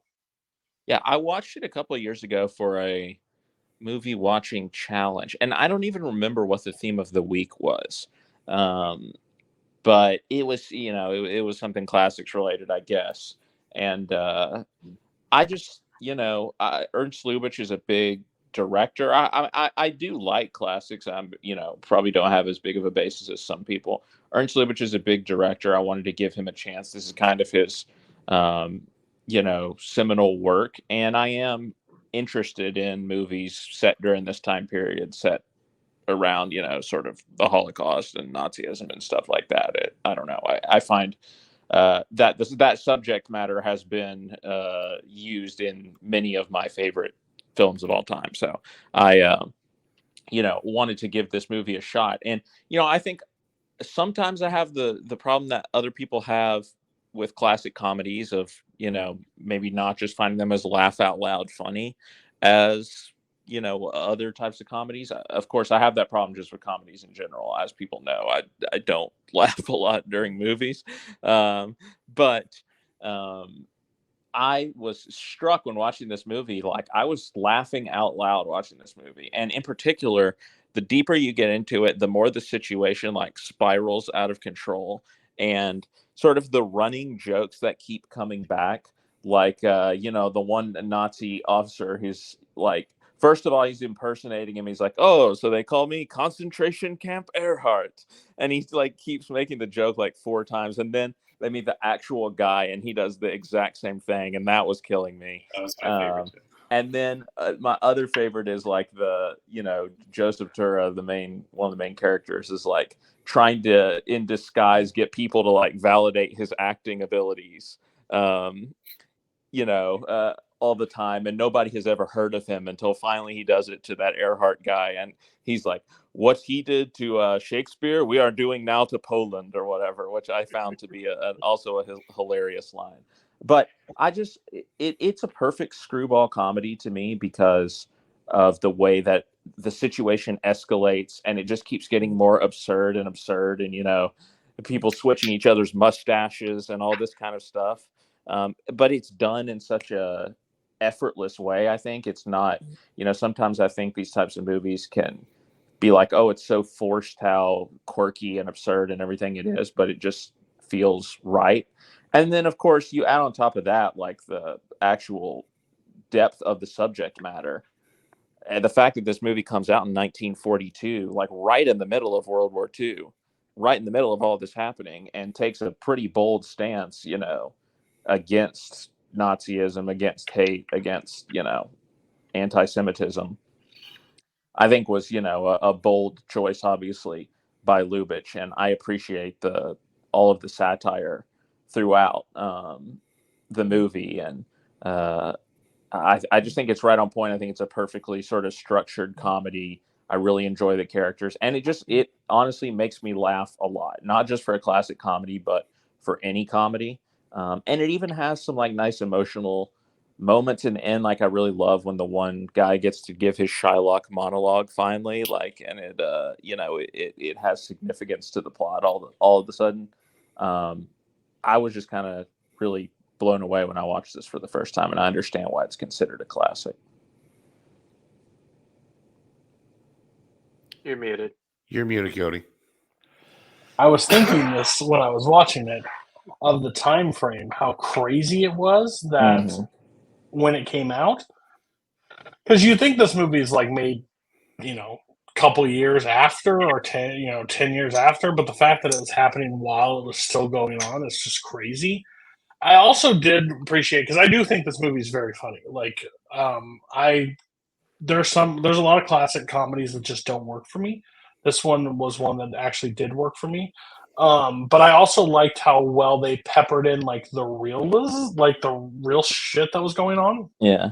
Like, it wasn't just like, Hitler, he's killing people like crazy. Like, it could have just leaned way too goofy, or like goofy in that way. But like the real shit that was going on at the time, and like to draw attention to that, I think like he towed the line really well, which I thought was interesting. Because you could get lost in just trying to make this as goofy as possible. But they didn't. I think he's really, really smart to what he was able to accomplish. So I was pleasantly surprised with this. Like, as a movie, like, I think Arsenic on a Lace of the Time is like one of my funniest movies like of that time frame. And like, this is, I would say, after watching this, is right on par with the comedy that's in that for me. Without like a Cary Grant, which I think is arguably one of the funniest like classic comedy actors. You watched this, I looked at your letterbox. It's a film not involving American soldiers was the topic that you okay. For, so really interesting. I'm curious what everybody else, since everybody had a first time watch, I wondered how you guys talk, because I think comedy comedy's very subjective.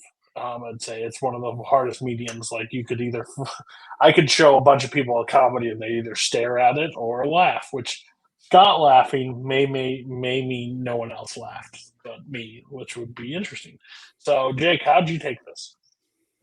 Yeah, I definitely, when I saw that Scott picked this, I definitely feel like, I mean, it had been on my list for a long time, so credit to Scott for that. I definitely felt a little bit like targeted towards like, I need to be the one who watches this for obvious reasons. And It actually wasn't, but yeah, I mean, now thinking about it now, I see how you would arrive at that conclusion. like probably not. But it's just like in my head, Yeah. I'm like, okay, Sure. I finally have the excuse to get to this because it'd been on my list for a long time. Obviously, the subject matter I was well aware of. Like making a screwball comedy in the middle of World War II is like talk about balls. And I will say I am glad that this was not my first Lubitsch movie. My first Lubitsch movie was Menchaca, which is also a fantastic rom-com. So I sort of was able to get on the wavelength of the humor pretty early. Like Jack Benny, the way he carries himself, and just every single time he reacted to the soldier getting up while he's doing the speech, and then like the way it pays off in the end. The punchline is amazing. The punchline's it's so great. And also, just speaking of that soldier, like what a freaking trip seeing like 20-something Robert Stack. Yeah. Like we think of Robert Stack, like most people are like the unsolved mysteries guy. Like the first of all, that he was alive in 1942, much less that he was like, I don't know if this was his debut, but like super young, and just like you hear the voice and you're like, why does that guy sound so familiar? And then you look it up and it's like, oh, like fucking Airplane and Unsolved Mysteries. It's just like, wow, that was an absolute mind melter. Seeing Robert Stack in this. But yeah, I just think that like a lot of what Scott said just about the tonal balance, like you feel like you obviously get a lot of the humor, like them taking the piss out of the Nazis in the beginning, like the whole misdirect where it's like, oh, Hitler actually in the street, but it's actually the play. I thought was really well done. And was funny. And then you get like, I was not expecting to be as, I guess, like invested in the more quote unquote serious stuff, like the actual sort of spy stuff and like the saving the underground from this spy who, and the whole, like, I think the whole sequence, like the standout sequence for me is where it's the movie in miniature, like how it perfectly balances the two tones is the whole where they set up the theater to be like the Nazi office where Jack Benny's impersonating the Commander Earhart. And like you get the humor where like Jack Benny is a vain actor and he's like, oh, I'm like, am I good? And then, but like you get the actual suspense of them taking down the spy, and it's gripping. Like, and that was what surprised me the most about this movie. Like, I knew it was a screwball comedy going in. I didn't realize that it weaved in some of the more real world elements. And I think you had to do it.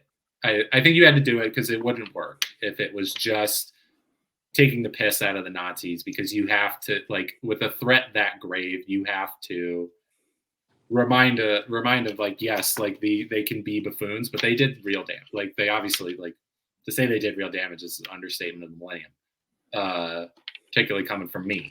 And like, it just shows that like you can sort of do, like, you have this kind of on one end, and then on the other end, tonally, you have something like The Zone of Interest, which, Jesus Christ, I could go on about that movie another time. But yeah, this was real. Yeah, I was I thought I would like it, but I was pleasantly surprised at how they interweave some of the more serious elements. And Jack Benny is he's just really funny. Like I had never seen him in anything.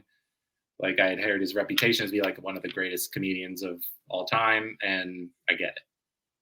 Like the way he uses facial hair alone is great. Here's the man with the mustache, and you didn't even pull it off.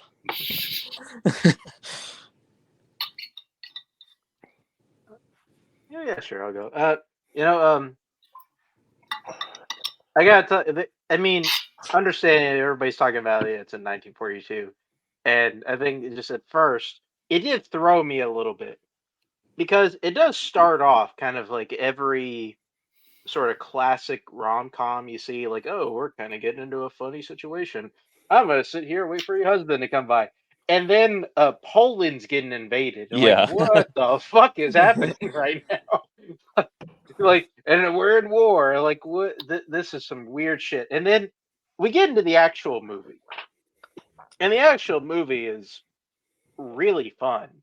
I mean, I saw you put this movie up, Scott, and I was like, man, what the fuck? I gotta sit here and watch a classic. I mean, I'm the one guy who who you talk to who fucking hates It Happened One Night. I can't stand that movie. And most Me and you class- both, bud.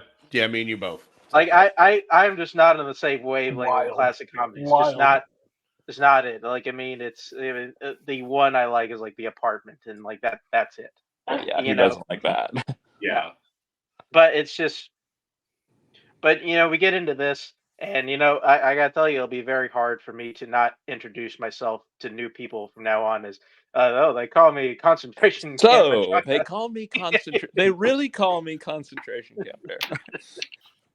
Like it's just so silly, and like it just I don't know. I found myself very much like in the tone of this movie, and especially every time Jack Benny talks, and just automatically invested. Especially when he has to talk himself out of, he has to talk those guys out of thinking that he's an imposter and a traitor.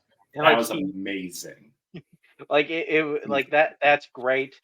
And especially every part of reason personally, the doctor's fantastic. It just I was surprised by how much fun that I had with this, and how kind of weird it is, especially like getting past kind of the at least like the immediate shock. Like it's, and also as we talked about, it's made in 42, which is kind of nuts. But no, I was pleasantly surprised by how much I liked this movie.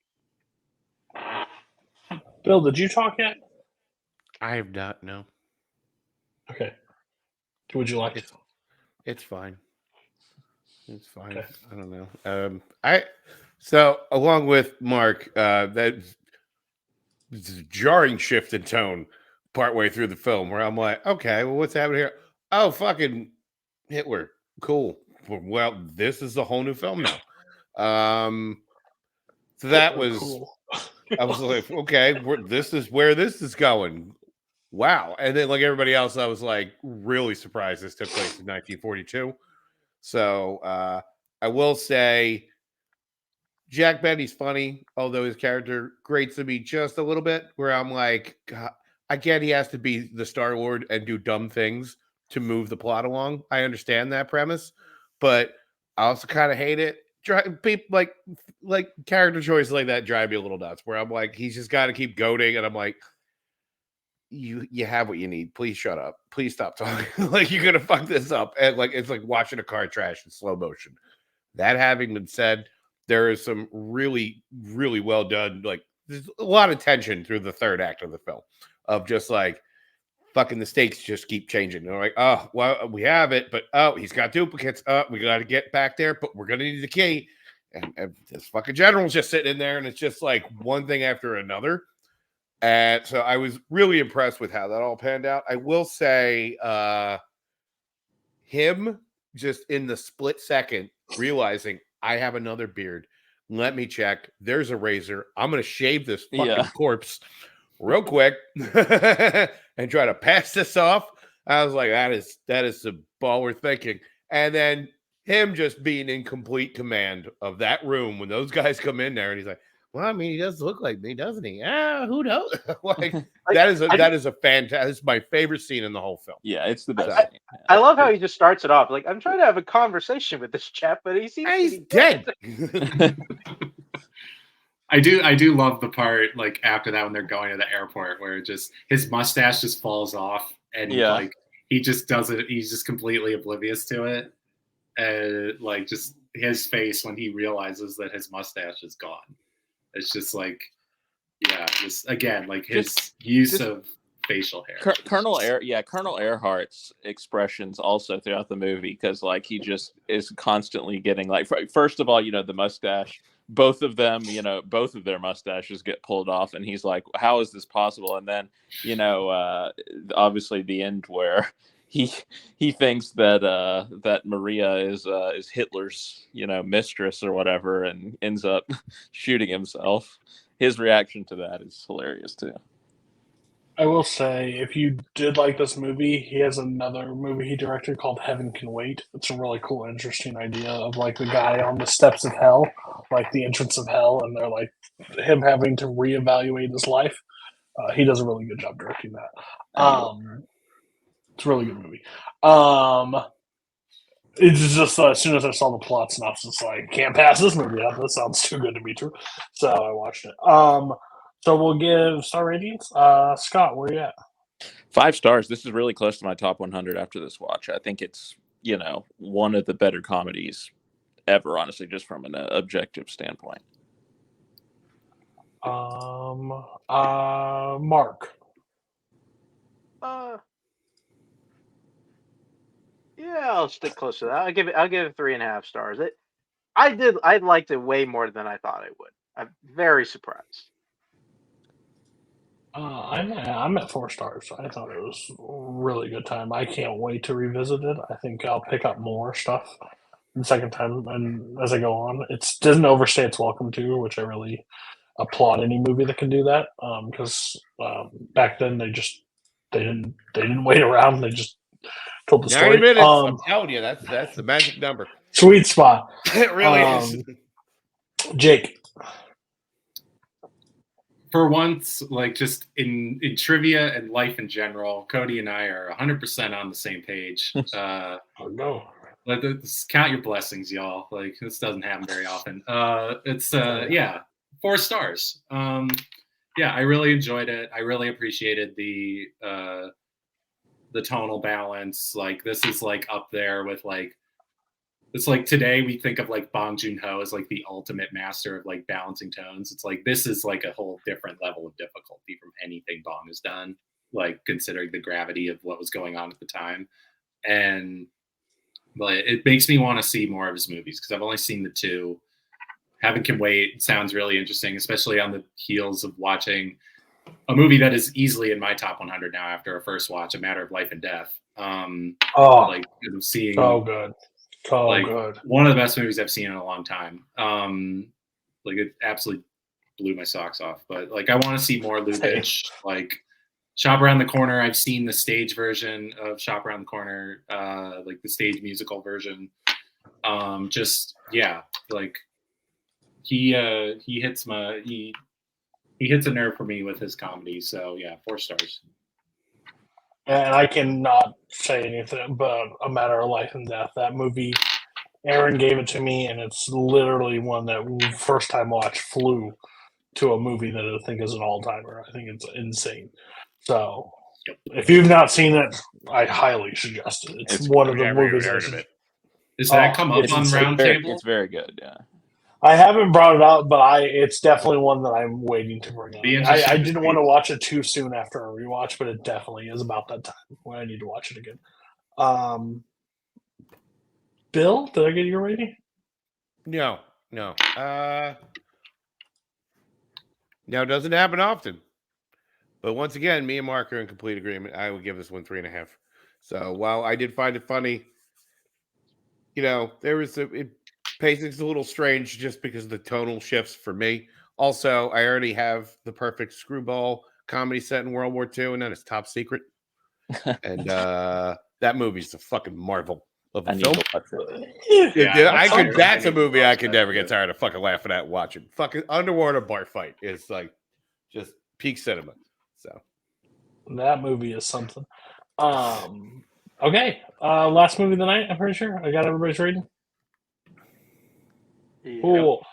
It's my movie. It's Witness for the Prosecution. The only classic director that most people know, Billy Wilder. I'm glad I revisited this one.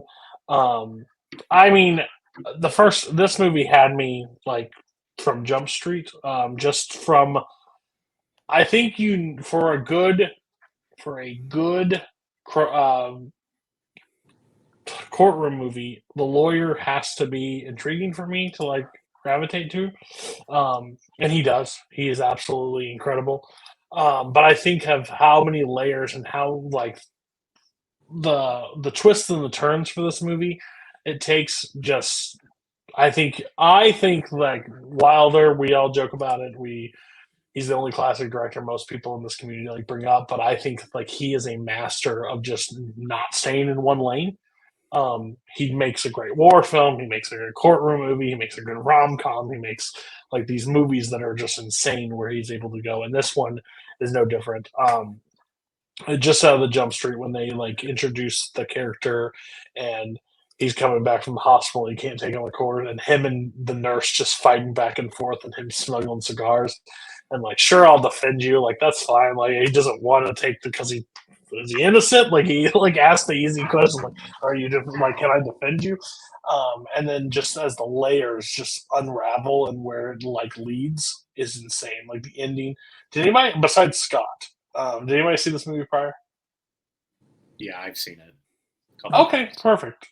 So go to Mark and Bill real quick. What were your guys' take on a first time watch of this film? It is kind of funny. Like I started this. I think just in general, it has kind of a similar, at least build up as like most like courtroom dramas. I think the one thing I find kind of interesting about this one, because I think a lot of courtroom dramas have like the build up to whether or not the lawyer is going to take the case or not, and we spend like a good 30 minutes of whether or not was it Wilfred? That's his name. Yeah. Whether or not he wants to take the case, and we spend that 30 minutes all in one point of time where he's just sitting in his office and he's talking to Vol. And usually, I mean, I think in a lot of modern stuff, like it's just a bunch of like cutscenes and it takes days or whatever. I found that very interesting. And then and I think the thing I find the most fun about it is kind of looking back at kind of how characters reacted and how and kind of where everything went and eventually where the movie ends up, which I don't know if we want to talk about that. I think we'll we're get not to that. allowed to. No. Spoilers for a No. 66-year-old movie. If you're watching Roundtable and you haven't seen any of these movies, you probably should turn off this episode. So go watch it, come back and hear ours now. But you can definitely spoil the hell out of this movie. All right. Okay. I'll just talk about it. It gets to the point where we get to that where it's a legit like incredible twist. Like it's something I did not see coming, especially because I think Wilder just set it up so perfectly. Especially with him doing like the little monocle test, like we passed with flying colors, and like how we don't suspect Vol at all throughout the entire film, and we know that his wife is up to some shit. We just feel it in our bones, and then just and the last 10 minutes of this movie I think is really where I think that sets this apart from I think honestly from a lot of courtroom dramas. A lot of it like feel good because a lot of it's just kind of fun courtroom drama. And not say that it's a bad courtroom because I think like all the scenes where like Lawton's in the courtroom is great. It's perfect. It's very it's definitely the type of stuff that inspired like stuff like Few Good Men and like all those other good stuff. But yeah, it's definitely one of those movies I was just kind of invested all the way into, and I've been looking for a reason to watch it for a while. Like I know it's a movie. It's definitely it's a courtroom movie. I know people have talked about forever. It's also one that circulates around this community for obvious reasons. And I'm glad I got the chance to finally catch up to it at some point. Bill? Yeah. So funny enough, like you, I love me a good courtroom movie. Two things I always say shouldn't be cinematic, but somehow just work better cinematic. It is courtroom and it is baseball. I don't know how baseball is the most cinematic fucking sport ever. It just is. I just don't know how, but it just works so much better in film than it does in real life. Same thing with court. And this was a lot of fun. So watching this, I gotta say, I feel like Charles Lawton got shafted getting third bill on here. He should just, because he's the movie for me, and he is a joy to watch. Just where he is at the beginning, and then him getting this case, and you could just see he's just like get more and more into it, and then just watching the events play out in court, and he is just like fucking killing it through the whole thing. And I will admit, I literally did not see the end coming. So good on him for that. That was legitimately surprising, especially figuring out that the wife was actually the person that gave over, because I didn't recognize her at all. So kudos for them. So for a movie this old to be like still pull out a surprise that good, I was like, God damn, that was top notch. I was a little tired when I watched this, so I was kind of not in it out like a little bit. But this is one I greatly look forward to rewatching again, like probably really soon. So this was a blast. So you and Scott have seen it before. So I think Scott's seen it. I don't know how many times Jake has seen it. Many but, times, yes. Many times. 3 or 4 Jake, times I've seen it. Okay, perfect. So you guys seem to at least enjoy it to a degree. So what is your guys' overall take on the film? Go ahead. Or you can gush about it. Okay. Yeah, like it's like I'm a Billy Wilder shill, like just about everybody else here. Like but the thing is, like, this movie is great, but I don't even know if it would crack my top 5 of Billy Wilder. Like it's just like, but the thing that I love about it, that it's like, okay, it's Billy Wilder, is those first like 10 minutes when Wilfred and Nurse Plimsoll are bantering with each other. And it's like, the first time I saw this movie, I was just like, oh, they're bickering like an old married couple. And then I come to find out later, they really were an old married couple in real life. Elsa Lanchester and Charles Lawton were married until he died. And so like 40 years or something.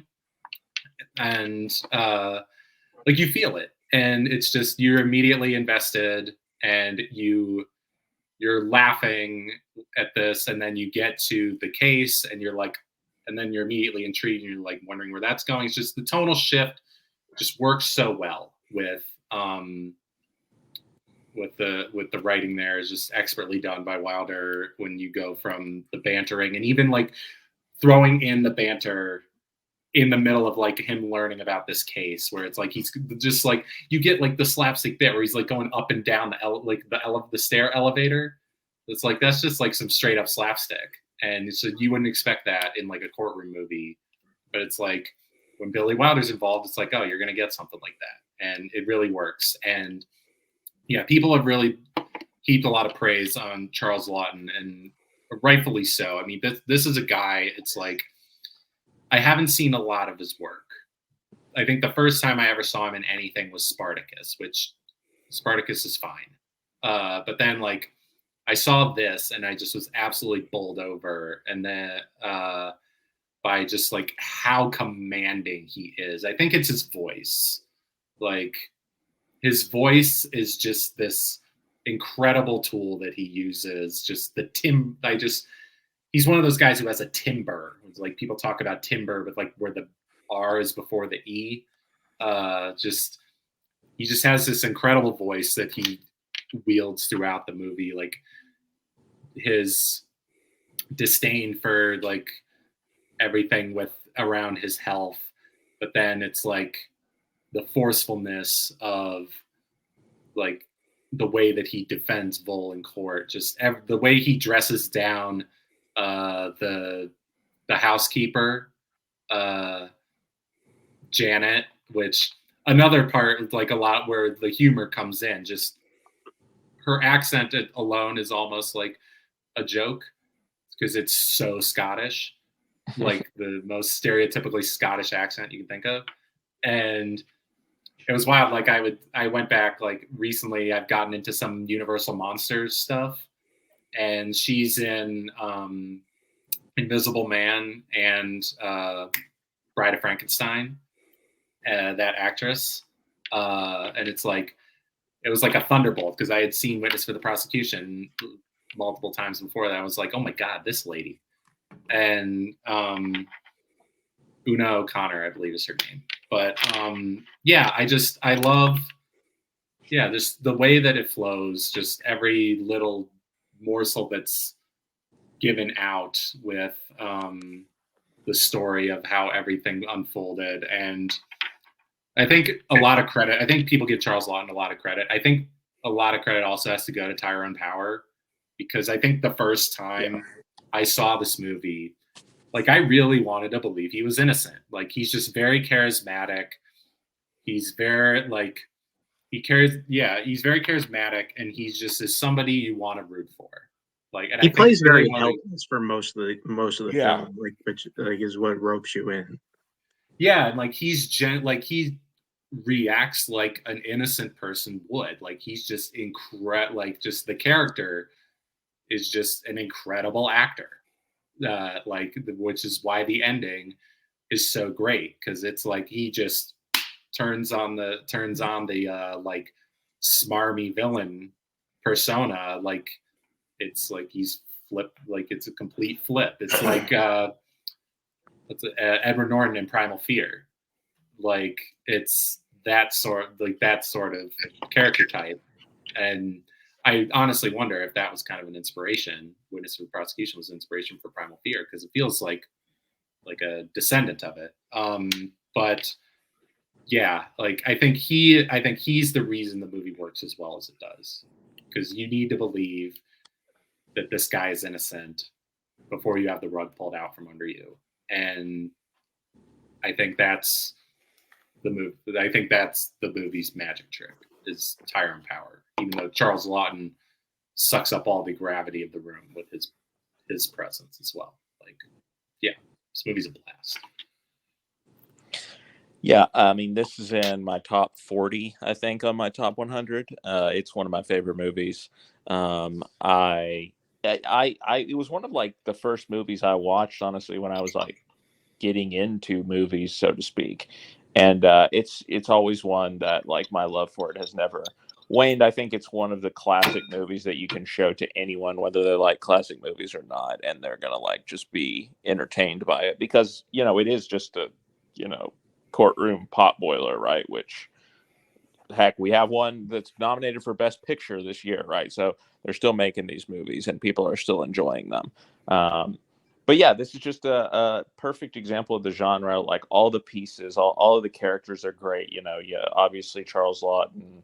I do think Tyrone Power deserves a lot of credit for his performance that walks that line, and Marlene Dietrich as well. Like those three main performances are all just heavyweight performances. The courtroom scenes are just, maybe not always the most realistic, but very electric to watch. I do show my students two of these scenes. That one is the housekeeper scene that Jake is talking about, the cross-examination of, and you claim you're able to positively identify the voice of the prisoner Leonard Vole. The way he just like drops his voice at the end is great. And then also, of course, when he's crossing Marlene Dietrich, and is it not true that you're a chronic and habitual liar?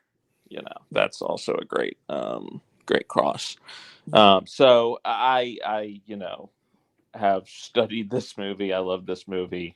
I think it's among the best courtroom dramas. I don't remember when we did courtroom dramas where I had it on my list on YLS, but it was definitely in the top 4. And I mean, Billy Wilder, he's definitely one of the most versatile directors to ever do it, and this is just further proof of that. Yeah, and thanks for pointing out that marriage thing. I did not know that at the time. That makes more sense for me, like how well they interact with each other, because that's just so believable at that point. Yeah, I just again those twists and stuff, and after rewatches, I was always worried about like if the twist is it going to ruin it. Well, now I know it. I just think it adds more to it every time I watch it. So I think it's just an absolute great film. Um, we've been here for almost 2 hours 20 minutes, so we're going to wrap it up. I'm 5 stars. I'm 5 stars on this movie. I think it's. I agree. It's not my top Wilder. It's not, but it's very close. It's in my top. It's definitely in my top 5 though. The Apartment, I think, will always be number 1. But Jake, what's your rating? Yeah, well, Sunset Boulevard is to me the best movie ever made. So that is also can never quite get up there. But I would give it 4.5. I can't really point to a reason why it's not 5. It's just a gut thing. We react to movies a certain way, and it's like I really enjoy this movie. It's a really easy watch. I like the point that Scott made. It's one of the more accessible classic movies where you can show it to somebody who hates classic movies and they would like it. And I think that deserves a lot of credit for that. It's just, now this movie just makes me want to watch everything Charles Laughton was ever in. Like, I could just listen to that man's voice as ASMR and just go to sleep. It's fantastic. And he's just, like, I imagine he was like a god of Shakespearean acting on the London stage back in the day. And like what I would have given to be able to see him do like a King Lear or a Macbeth, something like that on stage. It would have been incredible. 4.5 stars. Go watch his only directed film. Also, it's a fantastic I have. It is great. One of the best movies we've done on the round table. Yeah. Bill. This is a 4.5 for me. So, I haven't seen too many Billy Wilder movies. I think maybe like 3-4 tops, but this is a very excellently made film. Also, you can't go wrong with Agatha Christie. So everybody is just pulling their weight in this one, and it all comes together. So this is really good. So. And Wilder doesn't hit all the time, so just like there are some. Well, let's see here. Let me think of the movies I've seen. So I've seen this. I've seen The Apartment. I've seen Sunset Boulevard, and I've seen The Lost Weekend. Yeah, you have a great run. You have a great run. Yeah. Haven't seen Me Kiss Me Stupid. Me Too or before Spirit Me of Too. St. Louis. Or Spirit of St. Louis. Mark. Oh, you mentioned another movie. I was like, oh, I didn't mention Kiss Me Deadly. No, it's Kiss Me Stupid. Never mind. But Kiss Me Stupid. Me Too before Me Too is what I always call that movie. I saw a movie yesterday that did maybe the worst job you could do of like shoehorning the title of the film into the movie. And I feel like this movie actually does a very good job. It's a nice hit. It's a nice addition to Billy. Much like Bill, kind of low on the stuff I've seen Billy Wilder. It's a really good addition. I give it 4 stars. Scott. 5 stars. One of my favorite movies. I could have skipped that. I should have already known that. Okay. Thank you all for being on. This was actually one of the best episodes that we've ever done. Great conversation, great movies overall. Even House was there and didn't love it, but everybody else seemed to enjoy it. So that was fun. Kung Fu and everything. Witness for the Prosecution would be 5 stars if Kung Fu was in it. Absolutely. Absolutely. Where would she be? What would her role be? Who fucking cares? She would kick those cigars out of his fucking mouth. He's the main judge. She would have apprehended Marlene Dietrich at the end after she would have totally tackled her. Yeah, she would have just flown in. Yeah, she was like, "There's Kung Fu, 5 stars." So 2 things. Roundtable is kind of split. There's 2 things happening at the exact same time. Sight and Sound, that combined list that we were that I got the entire community. We have now switched it to a roundtable style. I will reach out to people that have their favorite movies listed and get them on there to talk about them. We have already recorded one of them. Another one's going to record on this. Interesting, Kirk's kind of on everyone because it's kind of a YLS thing, and he's hating his life because I'll say it here, Dog Day Afternoon did not make the list, but Pirates of the Caribbean Dead Man's Chest did make the list. So he is in it. He is having a grand old time, and he actually voted for that at third instead of 1. And if he would have put it any higher than third, it would have actually made the list. So he is not having a fun time, but I'm having a blast because on our next upcoming episode, which will air between this, Breakfast Club, La La Land, Willy Wonka and the Chocolate Factory, Jurassic Park, and A Few Good Men. That will be 95 to 90. So that's really interesting where we're all going to be on that one. And then more to come. And if you can't be for a full episode, I'll probably just reach out to you to hop in the call, talk about your favorite movie, and you can get the heck out so you don't have to stay. But I'm there for the whole ride. Upcoming episode, the episode of Chaos.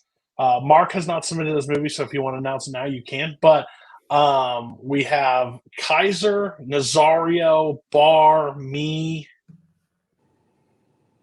Jake Marangoni, and Mark Menchaca. So, so far, movies have been selected: Wind River, Fiddler on the Roof, some movie that fucking Nazario picked, not sure what it is, and Garfield: A Tale of Two Kitties. Kaiser definitely picked that one. Kaiser, He 100% did. So he chose violence to none, and Nazario's more pissed about Fiddler on the Roof than he is the Tale of Two Kitties. So, well, I mean, Fiddler on the Roof is like 5 years long. Can't wait. Gonna be fun. I wish I was a rich man. See you next episode. Bye bye.